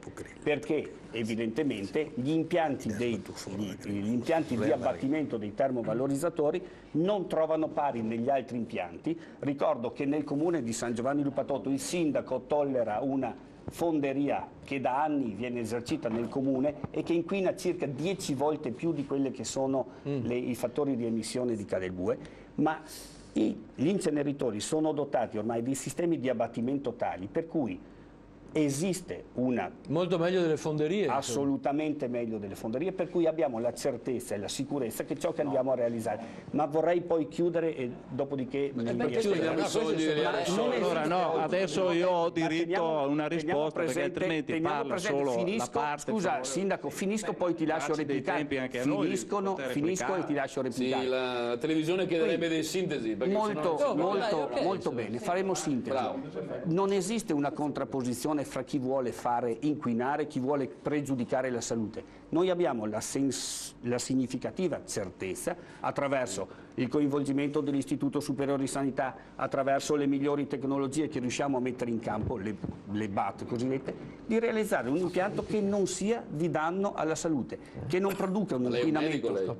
Non sono medico, sono un tecnico e lo faccio di mestiere. Vabbè, posso adesso, scusa, sì, le telefonate sono da lei, scusa, dai, prego che c'è il telefono. Pronto? Pronto? Buonasera. Un attimo di silenzio, grazie. Allora, vi dico che non c'è nessun filtro al mondo che riesca a trattenere le nanoparticelle. Inutile che parli dei filtri di qua e di là. Poi non c'è nessun apparato al mondo che riesca a trattenere le nanoparticelle. No, non c'è nessun filtro al mondo. Basta che lei questa notizia dove l'ha attinta? Per internet. Da internet. Andate a vedere anche sul sito Nano Diagnostics e là la gente si fa una bella cultura. Comunque già mi conosce, io sono già. Quindi lei è convinto che siano molto pericolosi per la salute, insomma? Sì, beh, gli studi comunque scientifici io una cosa serve, una curiosità mia anche di altri, fare la raccolta differenziata, che senz'altro vanno meno rifiuti dentro all'inceneritore e vede aumentato fino alla terza linea. Questo mi pare che ne abbiamo già discusso. Grazie. Allora, fino adesso, Prego, scusa, mi devi dare una possibilità di replica. Allora io non voglio entrare. Un quarto d'ora, va bene? No, io sono molto più corretto di qualcun altro. Poiché rappresento la gente, credo di avere diritto di parlare. Inquina di più la fonderia? Allora, sicuramente inquina la fonderia come inquina l'inceneritore. Se loro mi danno una mano a spegnere quella fonderia, io gli sarò grato. Scusa, io molto più educatamente di te non ti ho interrotto. Quindi se chiedi rispetto, dai anche assolutamente sì. Allora, la fonderia è un problema di San Giovanni Lupatotto come lo è il polo siderurgico di Opeano. Fatalità, sono tutti attorno al mio comune o dentro. Stiamo bene anche a te, scusa, non ho mai fatto interrompere, ti prego educazione anche da parte tua. Bene. Ho fatto vari interventi con la provincia per mettere sotto controllo e eventualmente anche chiudere, se ci sono i presupposti, la fonderia. Ho fatto anche una ricerca commissionata ad ARPA sulla pericolosità di questa fonderia, quindi faccio quello che posso, ma se la provincia non me la chiude non è che io come sindaco posso chiudere una fabbrica. L'autorità sanitaria è il sindaco, però. Infatti chiudere l'inceneritore così. Allora, quello che volevo dire era, se invece di fare tante polemiche sciocche da parte di qualcuno di questi signori, si mettessero nell'ordine di idee di ascoltare gli sms che arrivano, le telefonate e la voce della gente. La gente è preoccupata ovunque si fa un inceneritore, a parte Palma di Maiorca, perché evidentemente sono tutti felici dell'inceneritore. La gente è seriamente preoccupata per la propria salute. La vogliamo ascoltare questa gente, oppure quando siamo eletti facciamo quello che ci pare e non la ascoltiamo? Il piano regionale dei rifiuti ha 10 anni, teneva conto di un livello di raccolta differenziata che non lo so cos'era, 20-30%. Quindi oggi lei dice sono passati non è necessario. Allora, io ho fatto una proposta, noi 5 comuni abbiamo fatto una proposta per modificare la legge regionale sui rifiuti. La faremo firmare ai nostri comuni, d'accordo, e la inoltreremo alla regione. Noi cos'è che chiediamo? Di finirla con queste polemiche stupide, con queste cifre, le nanoparticelle, eccetera. Noi siamo preoccupati per la nostra salute. Volete rivedere questo piano regionale rifiuti? Siamo disposti a discutere senza preconcetti, perché se si verificherà che una certa quota di incenerimento necessaria sarà da fare, la valuteremo. Ma qui stiamo parlando di calare sul territorio 1200 tonnellate, perché la favoletta che sono 600 è falsa, perché sono due impianti distinti, con due ingressi e due uscite diverse. 1200 cosa? Allora, al giorno, oggi abbiamo di rifiuto al giorno. Abbiamo un impianto attuale esistente, quello che è stato fermato, che ha una capacità di 600 tonnellate al giorno ed è quello autorizzato. Adesso ne viene costruito un altro di altre 600 tonnellate al giorno. Sono due stabilimenti accostati ma divisi, quindi il pericolo è che venga un mega inceneritore. Allora, per cortesia, ripensiamo. Possiamo evitarlo con la dei numeri. Si diventa sindaci facendo questo. No, Cigolini sono due inceneritori. Con la pubblicità. Grazie. Si diventa sindaci con questo. Eccoci qui, gentili telespettatori, dove mettiamo i rifiuti in Veneto? Intanto, oggi casualmente, guardando la rassegna stampa, vedevo la pagina del Mattino di Napoli. Non l'abbiamo, vero? No, la regia mi aveva appena detto che è pronta. Ok, dai.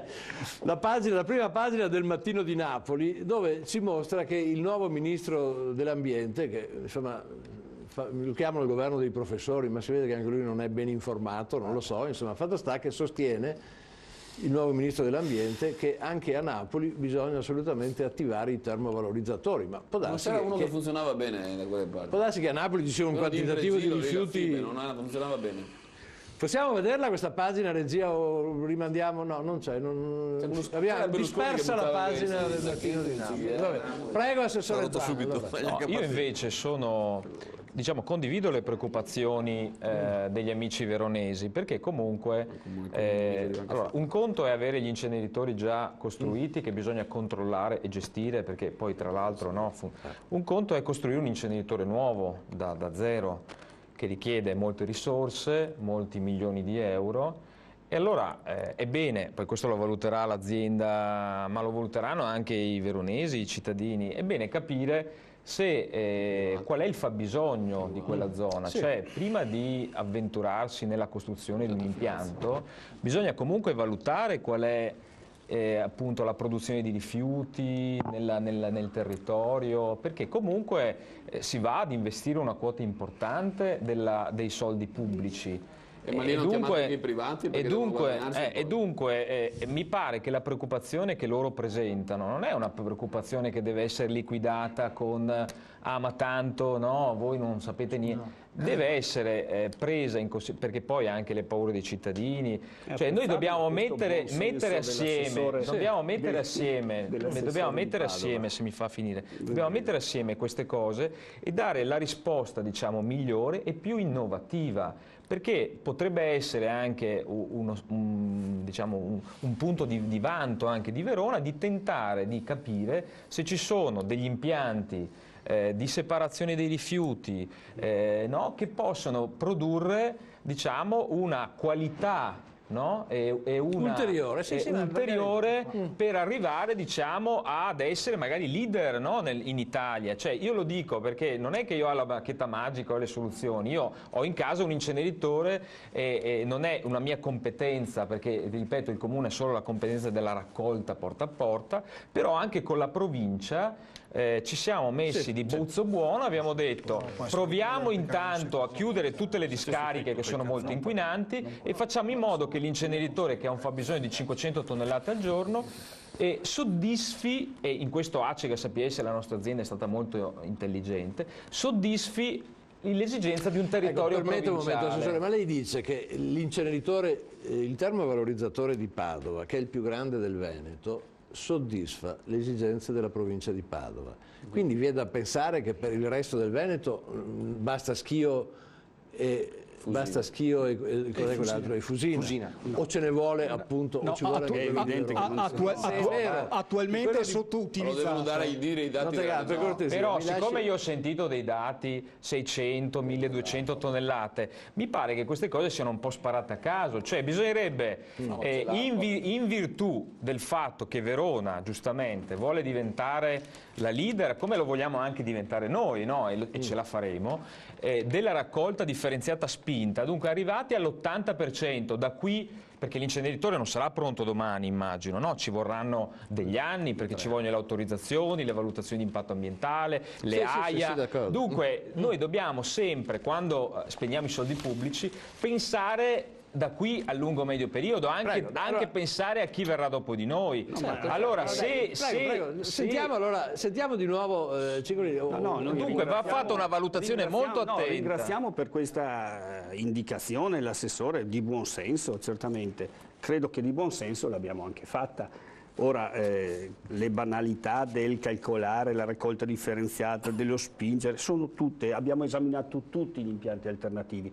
Credo che l'abbia fatto anche APS quando ha inaugurato la terza linea non più tardi di un anno fa e con grande ed apprezzabile sforzo, perché è la miglior linea d'Europa, questo lo si dice al di là della demagogia. È vero, è nata la miglior linea d'Europa a Padova ed è in fase di dimostrazione questo fatto. Siccome aziende come la nostra... Ma l'hanno autorizzata 10 anni fa però, stiamo parlando di 10 anni fa. Comunque è chiaro che, come ha detto lei, sopperisce alle esigenze della provincia di Padova. Fusina sopperirà alle esigenze della provincia di Rovigo, di Venezia stessa e di Treviso, ma ad ovest non sono certo le 70.000 tonnellate all'anno che vengono portate a Schio ad esaurire le necessità e le opportunità di termovalorizzazione. Beh, scusa, e ma adesso detto cosa questo, scusa? Adesso che cade il bue non è in funzione, mi sembra che siamo più che autosufficienti. Oggi tra l'altro con la discarica di Caffilissine che è in questo momento chiusa. Oggi Cadelbue sta lavorando, stiamo portando circa 100.000 tonnellate all'anno alla discarica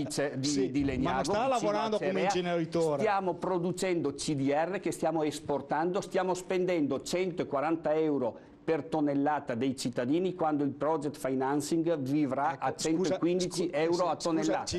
Ma detto questo, il buonsenso che ha palesato, che ha messo in campo l'assessore è un buonsenso di grande demagogia. Capisco la parte politica. Ma lei è un tecnico o un politico? No, lui è un tecnico. La lascia dire a qualcun altro se è demagogia. Pensi a fare il suo lavoro. Scusi, ma voglio dire, ma lei è un tecnico o un politico? Io sto parlando con dati e con il buon senso. Ma per piacere. Signori, la telefonata, grazie. La demagogia lo dice qualcun spazio ai telespettatori. Prego, chi c'è in linea? Buonasera. Sì, buonasera. Sì, sono Cesare da Verona. Niente, volevo dire una cosa. Intanto concordo su una cosa con Paternoster, che è una vergogna che siano stati spesi soldi pubblici per fare l'inceneritore, ma è anche una vergogna che la gente comune che è andata a manifestare, e non parlo di comitati, io sono un semplice cittadino, non venga ascoltata. Cioè qua si fa quello che si vuole, punto, stop. Una seconda cosa, l'inceneritore viene fatto per un semplice motivo, perché si autofinanzia con i CIP 6 che sono abusivi, ok? I CIP 6 vengono dati abusivamente per l'inceneritore, quindi l'inceneritore è un investimento che produrrà un sacco di soldi, questa è la verità. Dopo dite quello che volete. No, Stefano, ho perso un passaggio. I CIP 6 sono i contributi statali che sono il 7% della bolletta elettrica, la componente A3 che dovrebbe essere usata per... ma questo anche tutti i pannelli solari... ma infatti questa componente è per le energie rinnovabili, l'incenerimento non è un'energia rinnovabile, eppure viene data lo stesso. No, però è curioso, scusatemi, perché l'ho capito per caso che tutto questo entusiasmo per i pannelli solari, giusto, è perché abbiamo dei finanziamenti pubblici e chi li paghiamo? Noi, nella bolletta. Ma le energie alternative hanno bisogno, ma comunque la GSM ha sfruttato anche questo. Dai, ok. Sì, okay, allora, questo è chiaro che tutto quanto... Le centrali nucleari andavano fatte con i finanziamenti pubblici. Scusa, Svione, ma infatti questo vale per qualunque intervento. Sì, appunto, ma siccome gli inceneritori sono tecnologia del passato, è inutile investire per 25 anni in una tecnologia qual è la tecnologia del futuro? Prima di tutto la raccolta differenziata poeta a poeta. Questa non è una tecnologia, è una pratica. È un aiuto, è una cosa manuale, perché però arriva allo stesso livello di dove vogliamo arrivare. No, perché quando prima... scusa, perché quando Paternoster dice a Verona oltre il 50% non arriviamo, dovrebbe spiegarci perché ad esempio in quartieri tipo Borgo Roma, tipo altri quartieri, non fa la raccolta poeta a poeta. Partendo con la raccolta poeta a poeta arrivi subito al 70% di differenziata, perché il 30% è l'umido, il 20% è la carta, l'11% o il 12% è la plastica, l'8% il vetro e sei già il 70%. Dopodiché se tu incentivi i cittadini arrivi anche l'80 e il più per cento. E quindi non servono più né le discariche né i termovalorizzatori. Perché rispetto a aspetta solo un attimo, rispetto alle soluzioni tecnologiche, quello che ha detto Cigolino, ma noi CDR lo portiamo. Allora c'è una ditta a Verona che ha una nuova tecnologia, che è andata a fare un impianto in Romania perché in Veneto non gli hanno ancora dato l'autorizzazione a farlo, che prende il CDR che esce da Cadelbue e lo trasforma in pallet, in sottofondi stradali dal punto di vista plastico, per cui praticamente non va più messo né in discarica né in inceneritore quello che è il risultato post raccolta differenziata. Quindi dobbiamo imparare dalla Romania. Allora, sono lì le tecnologie questi più sono avanzate. Tecnici di Verona che appunto, siccome la regione Veneto,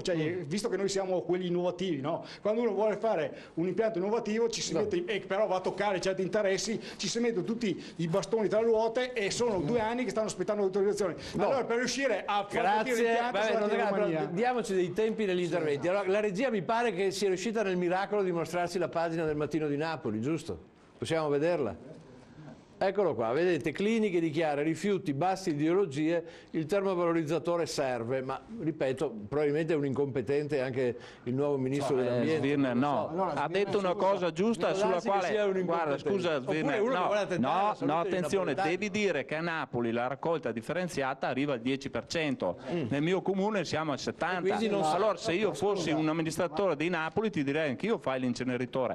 Qua stiamo parlando di una situazione completamente diversa, siamo all'avanguardia. È pur vero che vogliono fare un impianto all'avanguardia, io non gli contesto questo. Io dico, discutiamo serenamente del piano regionale dei rifiuti, abbiamo l'occasione di farlo, è vecchio, ha 10 anni, guardiamolo con serenità.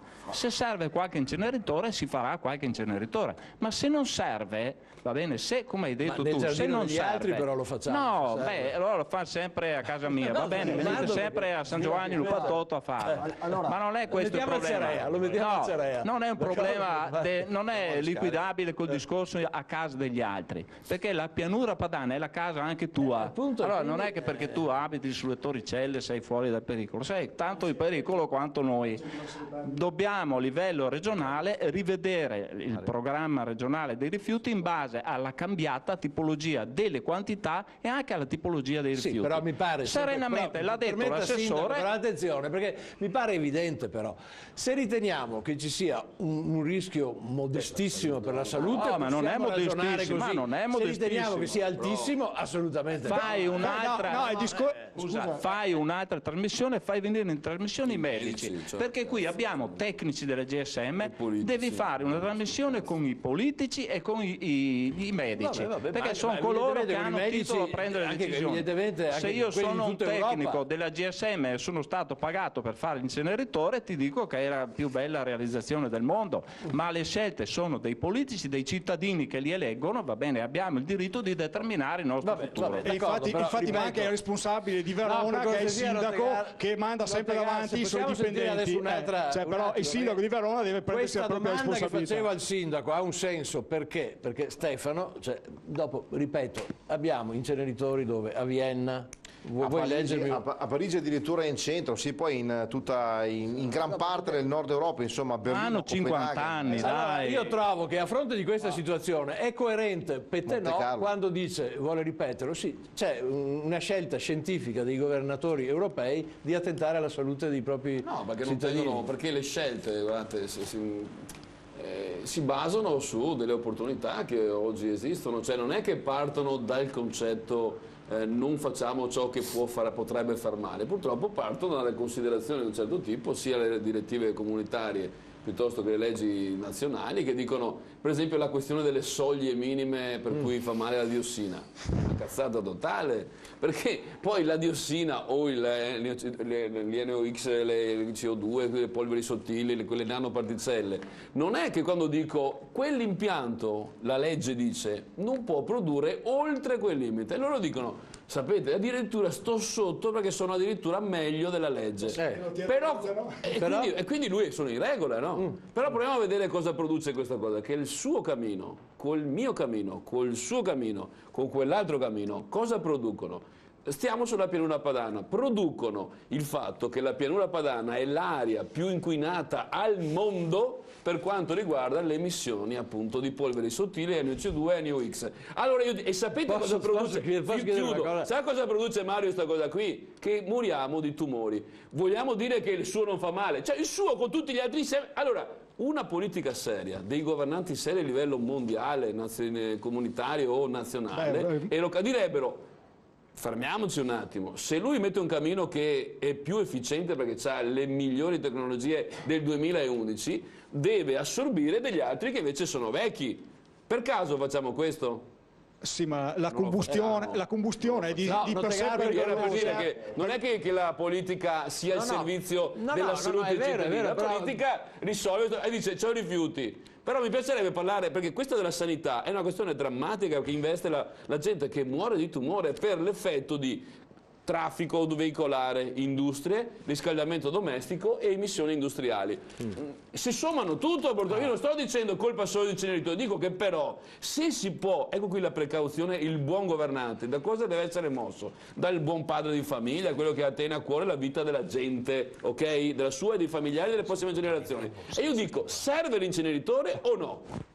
Allora, se l'ARPAV, che è una struttura regionale, il quale fa l'anno 2010, dice i rifiuti come si producono, dà dei dati che mi fanno riflettere. Mi piacerebbe qui discutere con la regione e con la provincia, che la provincia di Verona lasciamo perdere, che non ha neanche fatto il piano rifiuti, è tutto un casino totale, quindi nemmeno sappiamo qual è la proiezione del piano provinciale, con le aziende che poi gestiscono. Mi piacerebbe che discutessimo di questo dato dell'incenerimento portato da ARPAV, non da me, non dai comunisti o dai comitati o dal sindaco di San Giovanni, dall'ARPAV, regione, che dice esattamente un dato chiarissimo, che dice che abbiamo 3 inceneritori che hanno una capacità di un certo tipo di incenerimento, che non viene nemmeno utilizzata tutta e che adesso ne aggiungiamo un altro. E dice un altro dato, che dice che la produzione, che è una verità che dovremmo indagare, che quando tu hai aumentato la capacità di bruciare, terza linea di Padova, è aumentato del 22% il prodotto incenerito nel 2010. Perché questo? Perché c'è una regola su cui poi inficia la raccolta differenziata. Più tu puoi bruciare, più bruci. Ma è normale, perché se poi ci aggiungiamo questa ovvietà appunto da Mario Catalano, no? Cioè questa ovvietà è perché, fra l'altro, a Padova lo gestisce un'azienda pubblica. Qui ci entrano i privati. Secondo voi, secondo il senso comune di tutti, io privato che investo di soldi per costruire il Ca del Bue, sarò mai così cretino da fare la raccolta differenziata che non mi porta i rifiuti con potere calorifero appunto da far alimentare cose e rimetterci soldi? Prego Paternostro. O sono cretino io che penso così? Prego Paternostro. A me dispiace sentire tanta demagogia. Intanto demagogia, è demagogia perché intanto sono dati anche non esatti, perché un conto è la gestione di Ca del Bue che sarà affidata, è vero, a un privato, ma cosa c'entra? La gestione della raccolta dei rifiuti, la programmazione dei rifiuti del Comune di Verona mica lo gestisce il privato, lo gestirà il Comune di Verona o l'AMIA, che è l'azienda, cioè, quindi non c'entra assolutamente niente. Siete obbligati a conferire il rifiuto. Questo non c'entra assolutamente niente, primo. Poi è logico che i cittadini sono giustamente preoccupati, ma hanno ragione a essere preoccupati, ma noi non è che bisogna dividersi tra i buoni, sono quelli che non vogliono inceneritori, e i cattivi sono quelli che vogliono inceneritori. Però fino a che ci sono dei comuni, qua mi dispiace per l'amico Zerma, come San Giovanni del Patotto, che per anni adesso l'hanno levati, ma mettevano davanti, tappezzavano i loro comuni con striscioni come tumori, no grazie. Grazie. È la verità. Dove vogliamo andare? Li metteremo ancora, la verità, ti assicuro che sapendo quello che volete fare ne metteremo degli altri. Scusatemi un attimo, adesso mi lasciate parlare, poi parlate voi che avete parlato fino adesso. Allora, quando io parlo di malinformazione o di disinformazione, prego però, quando un comune tappezza il proprio territorio di striscioni, tumori, no grazie, ma secondo voi i cittadini di questo comune saranno giustamente spaventati o saranno tranquilli? Il comune fa bene a dare un'informazione del genere così preventiva oppure sbaglia completamente? Cioè, secondo me è un errore clamoroso che porta solamente a spaventare la gente, va bene, e chiaramente a crearsi un preconcetto negativo nei confronti di Ca del Bue. Questo è tutto quello da dire. Scusa, a parte che, scusami, una piccola sarò velocissimo. La pubblicità cosa facciamo? Sarò velocissimo. Non la mandiamo in onda. I manifesti li ha messi i cittadini, non il Comune di San Giovanni. Come mai a Padova non si sono visti tumori, no grazie? Perché l'ha fatto 20 anni fa, non c'erano neanche le televisioni private. Perché non se ne sono resi conto, per fortuna i veronesi se ne stanno rendendo conto. I padovani non hanno capito invece. D'altronde dagli anni 60 che c'è, mentre appunto Verona non è ancora attivo. Però ci sono la pubblicità, dopo riprendiamo da qui. I veronesi se ne stanno accorgendo finalmente. Infatti. I dati scientifici su questo. Eccoci qui, gentili telespettatori. Allora vediamo, avevamo una telefonata, siamo andati in pubblicità, vediamo se la recuperiamo adesso. C'è? Sì? Prego. Pronto? Buonasera. Buonasera, prego. Per fortuna che c'è. Dov'è sta telefonata? È andata nel termovalorizzatore. Pronto? Prego. Buonasera. Coraggio. Salve, eccola qua la telefonata. Volevo dire, io chiamo da Padova, sono Maria Grazia Lucchiari. Volevo dire che l'inceneritore di Padova ha creato, come si diceva prima, perché non si protesta sui dati, sull'inceneritore, perché questo è nato con grande consenso dell'opinione pubblica, tanto grande che nessuna assemblea è mai stata fatta in quartiere o in città, è stata fatta dopo 10 anni, nel 2007-2008. E quindi si è creato un grande consenso, anche perché è nata sotto l'egida della sinistra questo raddoppio dell'inceneritore, quindi c'è grande capacità di consenso sulla cosa. Ma come diceva il consigliere Pettenò, quindi lei dice che la sinistra sa pilotare il consenso meglio della Lega, questo è il punto. L'introduzione anche dei medici, visto e considerato che si fa sempre riferimento per capire se veramente fa male o non fa male. Io cito un piccolo testimonianza della direttrice Zambon, della direttrice del registro tumori del Veneto, che è un vecchio studio che ha fatto fare la Regione Veneto per quanto riguarda gli inceneritori, e in particolare tra Venezia e Padova, e cita in particolare e prende in analisi il grosso inceneritore di Cabì. Ancora è uno studio del metà degli anni 90 e fa riferimento espressamente, questo non è un dato ricavato da internet, ma è un dato proprio autorevole che viene pubblicato anche quando la Comune di Venezia ogni anno pubblica i dati sulla salute su Venezia, e su questi dati qua vengono inseriti anche i dati, questo studio cosa dice questo studio? Dei tumori del Veneto, e dice sostanzialmente che c'è stato un aumento molto importante di tumori e sarcomi di tessuti molli. È un vecchio studio che viene prodotto e presentato. Voglio dire, questo è un piccolo esempio per cercare anche di capire, di sfatare. Ma scusi, le faccio un esempio però, signora, cerchiamo di capirci. Ma l'aumento... Io direi, per parte mia, l'inceneritore fa male, ovvio che fa male, ma direi che se fosse in trasmissione ci fosse qualche medico o qualcuno competente che produce questi studi, e ce ne sono una valanga, forse sarebbe di aiuto per gli ascoltatori e anche per i cittadini. Sì, certo, ma vede signora, per carità, lo stesso Pettenò cosa ci diceva? Che abbiamo vari fattori di inquinamento, giusto? Certo. Allora, le faccio un esempio, c'è un aumento, è dovuto a una fonderia, è dovuto a un termovalorizzatore, è dovuto agli scarichi delle macchine, cioè non credo che nessuno possa indicare una causa univoca. Ma capito, ma non è che possiamo riterrei che il raffronto andrebbe fatto. La Regione Veneto si è dotata di un piano regionale di risanamento e tutela dell'aria che non è mai stato aggiornato dal 2004, va bene, che all'interno del quale dovrebbero essere contenuti tutte le attività e le fonti di emissione, quindi inceneritori, acciaieria, ed ogni comune ed ogni area, lo sa bene l'assessore Zanlì, dovrebbe contenere questi piani. Questo piano regionale affida ai comuni la predisposizione di un proprio piano di azione di tutela dell'aria. Parlo per esempio di Padova e della zona metropolitana. Allora, dentro questo piano ci dovrebbero stare tutte le fonti di pressione di inquinamento, i veicoli, le acciaierie, gli inceneritori, le discariche, ecco, tutte le varie fonti, le attività, tutto quello che è fonte di inquinamento. Allora, siccome questo piano non è mai stato fatto dal 2004 e non c'è nessun comune e nessuna provincia che lo ha predisposto, che lo ha adottato, quindi un inceneritore, come il raddoppio dell'inceneritore per esempio, non avrebbe potuto essere realizzato se fosse stato inserito in questo piano che prevede... Ho capito, va bene signora, mi scusi però se la fermo qui, ma mi pare che lei ci aveva dato vari elementi, insomma, allora però mi pare anche che è un po' strana questa cosa, perché a Verona viene accusata la Lega di attentare alla salute dei cittadini, a Padova viene accusata la sinistra, ci ha detto la signora, è la sinistra che non ha posso fare una precisazione. Noi come cittadini la costruzione di un inceneritore richiede tantissimi anni, decine di anni dall'inizio alle autorizzazioni.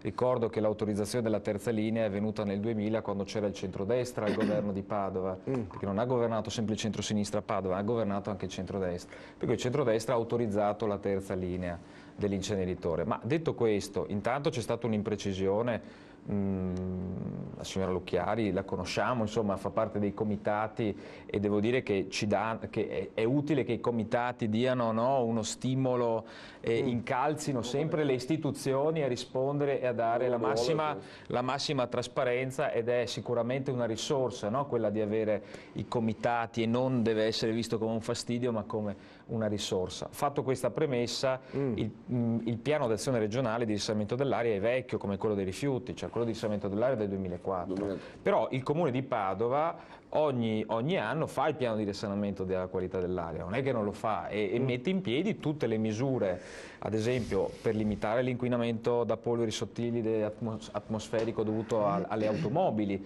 ma dovuto anche alle aziende, dovuto all'industria, e dunque c'è un'attenzione. Però il Comune hanno anche le armi spuntate, perché appunto in tema di polveri sottili possono chiudere solo la città, sapendo che invece le polveri sottili sono su tutta la pianura padana, e servirebbe un'area vasta. E anche sui rifiuti servirebbe un'azione più, ha ragione il sindaco, va rinnovato il piano regionale, perché alla luce della raccolta differenziata spinta che c'è in Veneto, e il Veneto si vanta, giustamente, di essere una delle aree del paese dove c'è la più alta percentuale di raccolta differenziata. Allora, secondo il mio punto di vista, mettere a frutto questa ricchezza facendo una ricognizione dei rifiuti in Veneto e sapendo esattamente quanti impianti servono. Noi l'abbiamo fatto per la provincia, cioè abbiamo detto che il territorio provinciale di Padova è autosufficiente perché chiude tutte le discariche, almeno questo è il piano e l'obiettivo, grazie al termovalorizzatore, e tutto il secco non riciclabile, che è proprio il residuo che rimane dopo aver fatto tutta la differenziata, va al termovalorizzatore.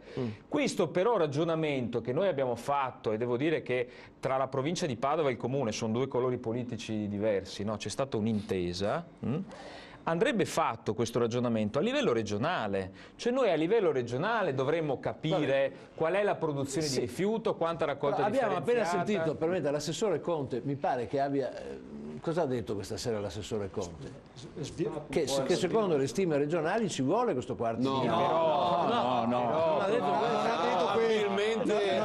ha detto questo. Anzi, ha detto problemi di gestori di Verona, ha detto. Però se il piano è del 2004 mi pareva che l'assessore Conte avesse detto questo. Scusa, con me. Allora, voi capite, volete discutere gli studi scientifici quando non siete d'accordo neanche su quello che ha detto. Sui numeri. No, scusa, i cittadini hanno sentito. Scusami, i rifiuti ci sono nei comuni di Verona, nella sua provincia ci sono sufficientemente per dare da mangiare a Cadelbue. Beh, se non fate la raccolta differenziata, sì. Guarda, nota che tu hai detto questa sera una serie di sciocchezze, questa è un'altra. Beh, insomma... Quindi, i rifiuti nel comune di Verona e nella sua provincia ci sono. Nei comuni di Verona produci meno di 200 tonnellate al giorno. Scusami. Se mi lasci parlare poi parli. Stavo dicendo che se il comune di Verona e la sua provincia producono rifiuti sufficienti per dare da mangiare a Cadelbue. Tra l'altro io voglio ricordare a tutti che siamo in un periodo di crisi internazionale, da qualche anno purtroppo. La crisi cosa ha prodotto? Ha prodotto un calo della produzione di rifiuti del 20 anche 30%. E voi fate inceneritori più grossi? Del 20 e 30%. Bravi. Quindi voglio dire, sono preveggenti. Se in un periodo di crisi così abbiamo già dei rifiuti sufficienti per far lavorare Cadelbue, è chiaro ragionevolmente lei dice, sperando di uscire dalla crisi... il discorso è che la raccolta differenziata... Però mettiamoci d'accordo, questo povero conduttore può dare la parola, perché deve sentire anche chi è al telefono. Prego, chi c'è in linea, buonasera. Buonasera. Ci dica, signor? Sì, Bruno di Milano. Prego, Bruno. Io venivo a voi per questo, è un pezzo che vi sto seguendo. La signora poc'anzi aveva detto se ci fosse qualche medico presente in maniera che i cittadini potrebbero rivolgere qualche domanda, aprire un dialogo. Io chiedo, c'è qualche tecnico fra i politici lì presente? Perché io volevo porre una domanda. Gli inceneritori, ci sono diversi tipi di inceneritori. Per esempio c'è l'inceneritore che la maggior parte va ad aria, come comburente, adopera l'aria. Se quello butta al camino, non so, 1 chilo di diossina, butta 1 tonnellata di particelle, se lo si fa funzionare con aria arricchita, quello dimezza la diossina, le particelle. Se poi al camino si collega con le vasche di abbattimento, con le colonne a pioggia, le particelle non ne va neanche una all'aria. Vengono lavate, abbattute e decantate, quindi vengono raccolte. Quindi e tutto questo fa parte della progettazione dell'inceneritore. Naturalmente si prende il valore, diciamo, se per fare un inceneritore normale ci vogliono 100 milioni, per fare quello che dico io ce ne vorranno 110, 120. Vabbè, scusi, vediamo subito da Cingolini, ma è così il procedimento come ce l'ha descritto il telespettatore? O... Allora, nel bando era prescritto che il progetto prevedesse l'impiego delle migliori tecnologie ad oggi disponibili. I sistemi di trattamento che citava il telespettatore sono tutti adottati con sistemi addirittura di controllo in continuo. Prima l'assessore diceva un'imprecisione, perché la tecnica di adesso consente anche il controllo in continuo delle nanopolveri, quindi con sistemi di accumulo istantaneo, per cui era presente anche il sindaco quando abbiamo presentato il progetto. Questo è uno degli impegni che abbiamo scritto. Questo è uno degli impegni che abbiamo prescritto alla ditta che ha redatto il progetto. Doppio stadio di abbattimento, cioè siamo in grado di garantire emissioni che sono circa 1/10 di quelle che sono i limiti ammessi dalla legge. Ma proprio perché non c'è un conflitto nel fare a tutti i costi. Noi interessa fare un impianto che sia trasparente nella costruzione, trasparente nell'esercizio, controllato da organismi pubblici misti ai comitati e alle autorità di controllo. Non abbiamo un interesse specifico a far lasciare esercire l'impianto in maniera discontinua, in maniera inefficace. Abbiamo la capacità, tutti noi messi insieme, di controllare molto efficacemente quello che l'impianto produrrà. Quindi non esiste una contrapposizione. Laddove mi si dice l'impianto è pericoloso ci sono gli studi. Umberto Veronesi, che conoscono tutti in Italia, dice e sostiene che non c'è nessuna correlazione fra un inceneritore... Era quello che prima di Fukushima diceva che andava a dormire sotto le centrali atomiche il giorno prima. Il giorno prima di Fukushima. Presenti, c'è un assessore e un sindaco, sono autorità sanitarie. Se fossero convinti che gli inceneritori inquinano e che fanno male alla salute, dovrebbero chiuderlo istantaneamente. Se dipendesse da noi non partirebbe neanche. Diceva lei Svirner, le quantità sono in subordine rispetto alla salute, perché se l'impianto inquina va chiuso, se l'impianto fa male alla salute va chiuso. Se l'impianto non ha i rifiuti, andrà dimensionato sulla quantità di rifiuti necessari e sufficienti. Cigolini, noi l'impianto non lo vogliamo fare. I cittadini non vogliono l'impianto perché sanno che è pericoloso. Tra poco riprendiamo con Nottegar, ma dopo la pubblicità, grazie. Adesso lo devo... Eccoci qui, gentili telespettatori. Allora Stefano, sentiamo ancora un contributo, no? Perché sennò siamo andati in trasferta. Parlavamo degli impianti insomma considerati modello. Naturalmente ci sono dei limiti, dei parametri che fanno capire se un impianto funziona bene o funziona meno bene. Quello di Brescia a livello di parametri è uno di quelli che funziona meglio in Italia. Questa è la spiegazione. Quali parametri? Di come parametri. Io penso quelli, chiaramente i parametri di legge e i parametri dell'ARPA, sono quelli che contano solo quelli. No, però per capire, parametri sanitari, i parametri di legge, quelli che citava poco fa. L'osservanza dei parametri, no, per capire. Perché sul livello delle emissioni, sul controllo, su questo. Spiega il direttore generale di Brescia come funziona quell'impianto. Prego, dai, sentiamo. In centro Brescia. Cioè, moriamo con i limiti di legge, infatti siamo felici. A me c'entra, siamo felici, no? È in centro Brescia. È attaccato praticamente alla città. Siamo contenti di avere un inceneritore anche se è fuori da Verona. Non è in Piazza Brava.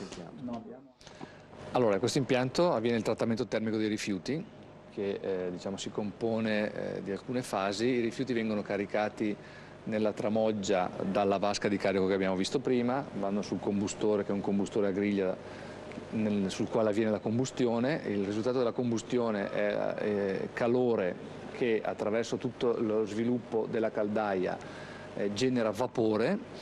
Il vapore viene poi convogliato verso la turbina che produce energia elettrica. A valle della produzione di energia elettrica il residuo di energia che è ancora contenuto nel vapore viene scambiato con l'acqua del teleriscaldamento e quindi convogliato al riscaldamento della città. Dal punto di vista dei fumi, dopo aver prodotto il vapore, i fumi vengono portati nell'edificio dove avviene tutto il trattamento attraverso addizione di reagenti e filtro a maniche per la depurazione e poi l'emissione in atmosfera. Parlando di dati, quanti rifiuti bruciate? Allora, noi mediamente bruciamo circa 800.000 tonnellate all'anno, con i quali produciamo circa 600.000 gigawattora di energia elettrica e 800.000 gigawattora di energia termica. Più o meno in termini elettrici il fabbisogno si calcola di circa 200.000 famiglie. In termini termici invece questo impianto soddisfa il fabbisogno di circa il 70% della città di Brescia. La forza di questo impianto è quella proprio di coniugare la produzione di energia elettrica e energia termica, estraendo l'energia dai rifiuti. In questo modo si ottiene un'efficienza energetica molto alta, che è superiore anche all'84%, diciamo così, nel momento di massima cogenerazione, che diciamo, colloca questo impianto tra i più efficienti del panorama esistente. Perché questo è un impianto che possiamo considerare sicuro, ingegnere? Beh, questo impianto possiamo considerarlo sicuro per vari motivi, innanzitutto perché è stato progettato per la massima disponibilità e la massima sicurezza di esercizio. Tutti i sistemi, in particolare quelli legati alla depurazione dei fumi, sono ridondati, quindi diciamo, tutti i sistemi sono in doppio, per cui anche un singolo guasto su un sistema non compromette, diciamo, la funzionalità della depurazione. Tutti i sistemi di controllo sono come minimo in doppio, quindi abbiamo diciamo, la possibilità di gestire ogni singolo guasto senza dover fermare l'impianto. Secondo lei, ingegnere, dalla sua esperienza, quando ci sono proteste, quando c'è timore nei confronti di questi impianti, c'è timore per malinformazione o perché? Penso che spesso c'è timore per malinformazione, infatti una delle cose che noi curiamo parecchio è proprio la diffusione delle informazioni. Noi riceviamo visite durante tutto l'anno, oltre 3.000 persone all'anno vengono sull'impianto, molte scuole, abbiamo un giorno dedicato alla visita delle scuole che possono prenotare online da quest'anno su internet la visita, proprio perché crediamo che la miglior forma di accettazione derivi dalla trasparenza e dalla comunicazione delle cose che succedono qua. Bene, quindi insomma che il timore ci sia non c'è dubbio, può essere un modo questo evidentemente per dialogare, per incontrare, siamo felici di morire la telefonata poi sono da lei, però decidiamo anche perché non abbiamo molti minuti di tempo. Io vorrei 30 secondi per leggere il maggior chimico italiano. Prima la telefonata, grazie. Buonasera, che abbiamo in linea. Prego. Buonasera, sono Giorgio Conti da Venezia. Ci dica, signor Giorgio.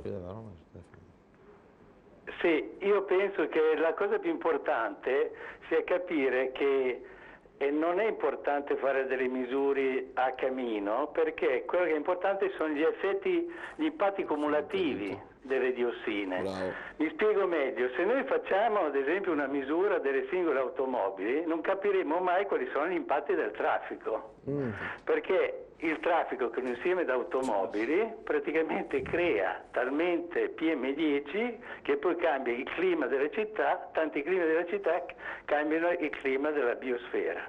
Allora, l'altra questione importante è che poi sono interessanti le nanotecnologie, perché la stessa cosa è successa per le marmite catalitiche che hanno battuto il PM10 ma non le nanoparticelle, e quindi adesso noi abbiamo nanoparticelle tipo il PM2,5 che rimangono negli alveoli polmonari, che invece il PM10 non rimaneva negli alveoli polmonari. Mi scusi, ma è migliorato o no? È migliorato o no l'inquinamento automobilistico con queste nuove marmite? Sì, praticamente le marmite hanno battuto il PM10. Ci sono degli studi, ad esempio del dottor Montanari, che hanno un'evidenza scientifica, che adesso verranno riprese anche dall'Unione Europea per rivedere appunto questa normativa che teneva conto solo del PM10 e non delle nanoparticelle, perché le nanoparticelle hanno un maggiore accumulo, ecco perché parlo di impatti cumulativi. Se poi ci mettiamo che oltre all'inceneritore, come è stato detto in questa trasmissione, ci sono degli impatti cumulativi che riguardano il particolato del traffico, i nitrati che ci sono nella Padania. Voi sapete che la Padania è fra le 5 regioni al mondo più inquinate dal punto di vista di tutti i tipi di inquinamento, allora questi impatti cumulativi diventano... Sì, però non c'è dubbio, però per carità sarà un'osservazione, la ringrazio, buonasera, sarà un'osservazione anche, ma insomma allora in Padania dovrebbe esserci una vita media, 10 anni nella pianura padana, chiedo scusa, nella pianura padana, la Padania sappiamo che non esiste. Ma non so, vabbè, ok. Allora dovrebbe esserci una vita media di 10 anni più bassa rispetto al sud Italia dove non abbiamo tutti questi problemi di inquinamento. I dati della regione Veneto, l'incidenza delle morti per malattie respiratorie nel 2001 era al terzo posto, nel 2008 è passata al secondo posto. Quindi... E che non è ancora partito che ha del bue. Sì, certo, ma per chi non vuole capire, stiamo dicendo che noi ci siamo impegnati, io ieri ero a Bruxelles con 800 sindaci, abbiamo firmato il famoso patto dei sindaci. La comunità europea, avendo capito che le nostre regioni, le nostre province, i nostri governi non fanno niente per l'ambiente, hanno creato un ponte diretto a comunità europea comuni e finanzieranno direttamente i comuni perché hanno capito che sono gli unici interessati a fare veramente qualcosa per l'ambiente. Aspetti, ci siamo impegnati entro il 2020 a ridurre le emissioni del 20%, cioè in base alla legge, guardate che è un impegno di legge, quello di ridurre le emissioni, non di aumentarle. Succede quando il comune di Padova dice blocchiamo le auto per ridurre l'inquinamento, non serve a niente. Dei comuni della provincia dicono noi neanche per idea. No, noi lo facciamo, ma non ha... Così, abbiamo raggiunto l'accordo con tutti i comuni. È stato un miracolo. Allora. Abbiamo raggiunto... Fammi leggere il maggiore scienziato. Prego, no, voglio dire che se il problema riguarda l'intera pianura padana... che tutti i comuni della provincia di Padova, del tavolo tecnico zonale, applicano le stesse norme. Ma questo dovrebbe essere su tutta la regione, non solo sulla provincia. Anzi, su tutta la pianura padana. Prego, Bonfante. Abbiamo sentito i tecnici in televisione dire che ci vuole informazione, eccetera, eccetera. Adesso sentiamo cosa dice il maggiore chimico italiano. Si chiama Vincenzo Balzani ed è fra i 100 chimici più citati al mondo. Lo intervistano, la rivista è Tutto Scienze, pubblicato sul Sole 24 Ore. Gli chiedono: gli inceneritori, gli impianti universalmente noti come termovalorizzatori, sono utili? Risposta: termovalorizzatore è termine del tutto improprio. In realtà questi impianti distruggono l'energia che c'è nei rifiuti, compresi i metalli utili, e producono sostanze nocive, sono quindi inquinanti. La raccolta differenziata è invece la soluzione, non solo dovremmo risparmiare ma riciclare, eccetera, eccetera, eccetera. Questo lo dice il maggior chimico italiano e uno dei più importanti al mondo. Quindi la risposta a quei tecnici che giustamente difendono il loro lavoro perché non possono dire altro che il termovalorizzatore di Brescia e quello di Maiorca va bene, non inquina ed è trasparente, la risposta è questa, è scientifica, è di chi di queste cose se ne intende. Dice che sono sostanze nocive, che fanno male, che si bruciano anche delle cose che possono essere recuperate perché tu non... Quindi neanche sotto il profilo del riciclaggio va bene. Non va bene. Sentiamo ancora una replica. Dice solamente questo famoso chimico, più bravo chimico che c'è in Italia, dice solamente esattamente quello che stiamo facendo noi per esempio a Verona, o presumo anche quelli che stanno facendo a Padova, raccolta porta a porta, che però si deve fermare. Raccolta differenziata e per l'ennesima volta lo ribadisco, quello che non si può differenziare si termovalorizza, non si brucia, si termovalorizza. Termovalorizza non esiste come termine. L'hanno detto a Palma de Mallorca. Sui vostri contratti avete sempre scritto inceneritore. L'hanno detto a Brescia, l'ha detto anche a Brescia, il 70% delle abitazioni del comune di Brescia funzionano con l'acqua calda che viene prodotta dal termovalorizzatore. Sì, ma a Verona abbiamo le caldaie già, per fortuna, non abbiamo bisogno dell'inceneritore per avere l'acqua calda. Non ho capito, quindi tutto quello che si sta dicendo... Siete voi che avete scoperto l'acqua calda, noi ce l'abbiamo già. In questa serata, ripeto, il bilancio ambientale bisogna metterlo tutto sul piatto. Tutto quello di inquinamento che può provocare un termovalorizzatore con il beneficio dell'energia e dell'acqua calda che si possono utilizzare nelle case. L'ha detto anche prima il direttore di Brescia, penso che non sia l'ultimo arrivato. Poi, ripeto, possiamo dire tutte le più grandi inesattezze che si possono dire, solamente per fare demagogia o per spaventare la gente. Scusa, Sviana. Morena, vediamo ancora qualche sms, prego. Sì, questo che stava passando, i rifiuti a Verona non vengono differenziati. Come mai avete proprio voglia di accendere il Cadel Bue, appunto, in contrapposizione, quanto si stava facendo adesso? Mi sembra veramente una sciocchezza, cioè siamo passati sulla graduatoria di Lega Ambiente, quindi non redatta dall'amministrazione comunale di Verona, siamo passati per la città con più di 200.000 abitanti che ha il maggior grado di differenziazione col 54%. L'abbiamo spinta fin dove era tecnicamente ed economicamente fattibile. L'abbiamo spinta fino a quel punto. Avete dei quartieri tipo Borgo Roma che non fa, in cui non fate la raccolta differenziata. Nelle possibilità che era di ottenere. Detto questo, però un momento solo... il residuo, scusi, solo una cosa, il residuo che va in termovalorizzazione non deve contenere i metalli che hanno comunque una raccolta differenziata che è o di tipo porta a porta o col cassonetto stradale separato. Ma i metalli li tiri fuori magneticamente, vengono raccolti separatamente a monte. Quindi lei dice questo chimico non sa di cosa parla? No, probabilmente si riferisce è Cigolini, ma nei parametri, parliamoci addosso così non si capisce niente. Ci sono i metalli parliamoci addosso così non si capisce niente. Nella combustione si vanno i metalli le pile le tira fuori lui da quello che va in inceneritore, ce le passa lui. Si riferisce a realtà dove probabilmente la raccolta differenziata non era spinta. Se la raccolta differenziata non è spinta, allora succede quello. Quelle cose che si è detto a Brescia sono al 30% come raccolta differenziata. Scusa, Svione, posso dire che io e i 6.000 cittadini che hanno manifestato il 22 ottobre a Verona in difesa della propria salute sono preoccupati e non capiscono perché si voglia far partire questo impianto quando a Verona non ci sono abbastanza rifiuti per farlo funzionare. Per cui noi non vogliamo che Cadel Bue parta, soprattutto perché non vogliamo che si brucino i rifiuti di altre province. Vogliamo che appunto Cadel Bue, così come hanno proposto i sindaci, venga convertito in un impianto per il trattamento meccanico biologico e soprattutto che venga applicata la raccolta differenziata porta a porta in tutta la provincia di Verona. Posso chiedere una cosa? Mi pare, se c'è questo consenso e questa preoccupazione, basta che il prossimo candidato sindaco basta solo Tosi proponga la non realizzazione di Cadel Bue, diventa sindaco di Verona. È un po' diverso. Il sindaco attuale è responsabile per legge della salute dei cittadini, per cui dovrebbe tutelare i cittadini. Quando c'è un rischio e l'impianto non è ancora partito, non dovrebbe farlo partire, perché per il principio di precauzione, se c'è un rischio non si fa l'impianto. E soprattutto allora a questo punto. E poi quindi tutti i sindaci che fanno andare i termovalorizzatori in Italia sono tutti da ingabbiare. In questo momento non mi risulta che ci siano così tanti, che siano nella situazione del sindaco di Verona. In questo momento a Verona non è ancora partito l'inceneritore, siamo nell'iter autorizzativa. No, ma voglio capire una cosa, perché per carità, con tutto rispetto per i comitati, ma allora uno fa una manifestazione e porta 6.000 persone e quindi non si fa Cadel Bue, oppure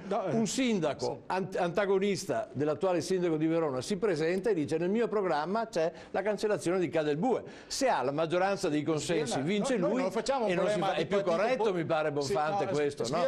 Cioè, perché domani uno porta 100 persone a manifestare e allora è una grande opera. Il problema non riguarda solo Verona, ma la questione è questa: il sindaco di Verona decide per Verona, ma l'impianto di Cadel Bue brucerà i rifiuti della provincia di Verona, della provincia di Vicenza e magari anche di Napoli, perché non ce ne sono abbastanza. Allora vogliamo dire, se non serve, perché farlo sto impianto? Perché deve salvare il bilancio della GSM.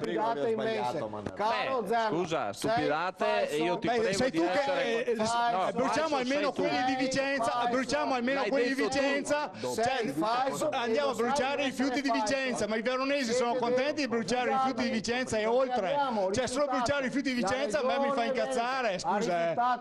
Assolutamente, e anche il comune di Verona di accettare i rifiuti da Napoli, ma questo lo sapete, quindi siete siete falsi. No, sei tu che sei falso, perché sai che non ci sono, il Comune di Verona produce solo 200 tonnellate al giorno e fate un inceneritore da 1200.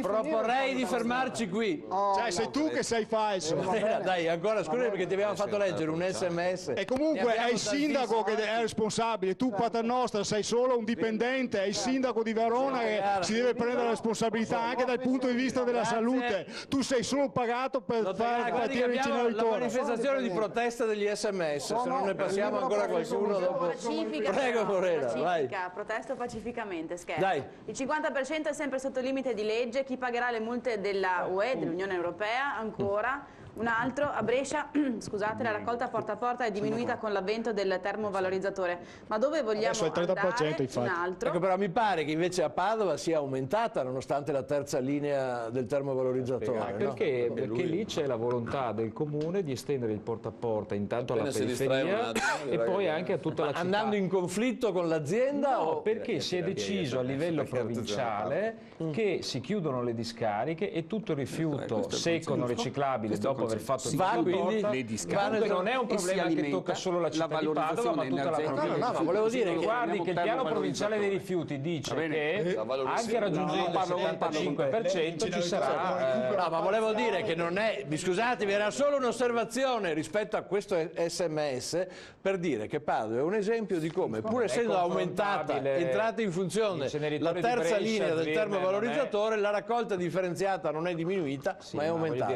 Tutto qua. Ma è il 42%, scusami, l'inceneritore cioè siamo ben sotto il 50%. brucia 5-6 volte quello di Padova, per cui è chiaro che l'inceneritore di Brescia ha bisogno di più, che ha un fabbisogno enorme non è dai ancora un paio, grazie.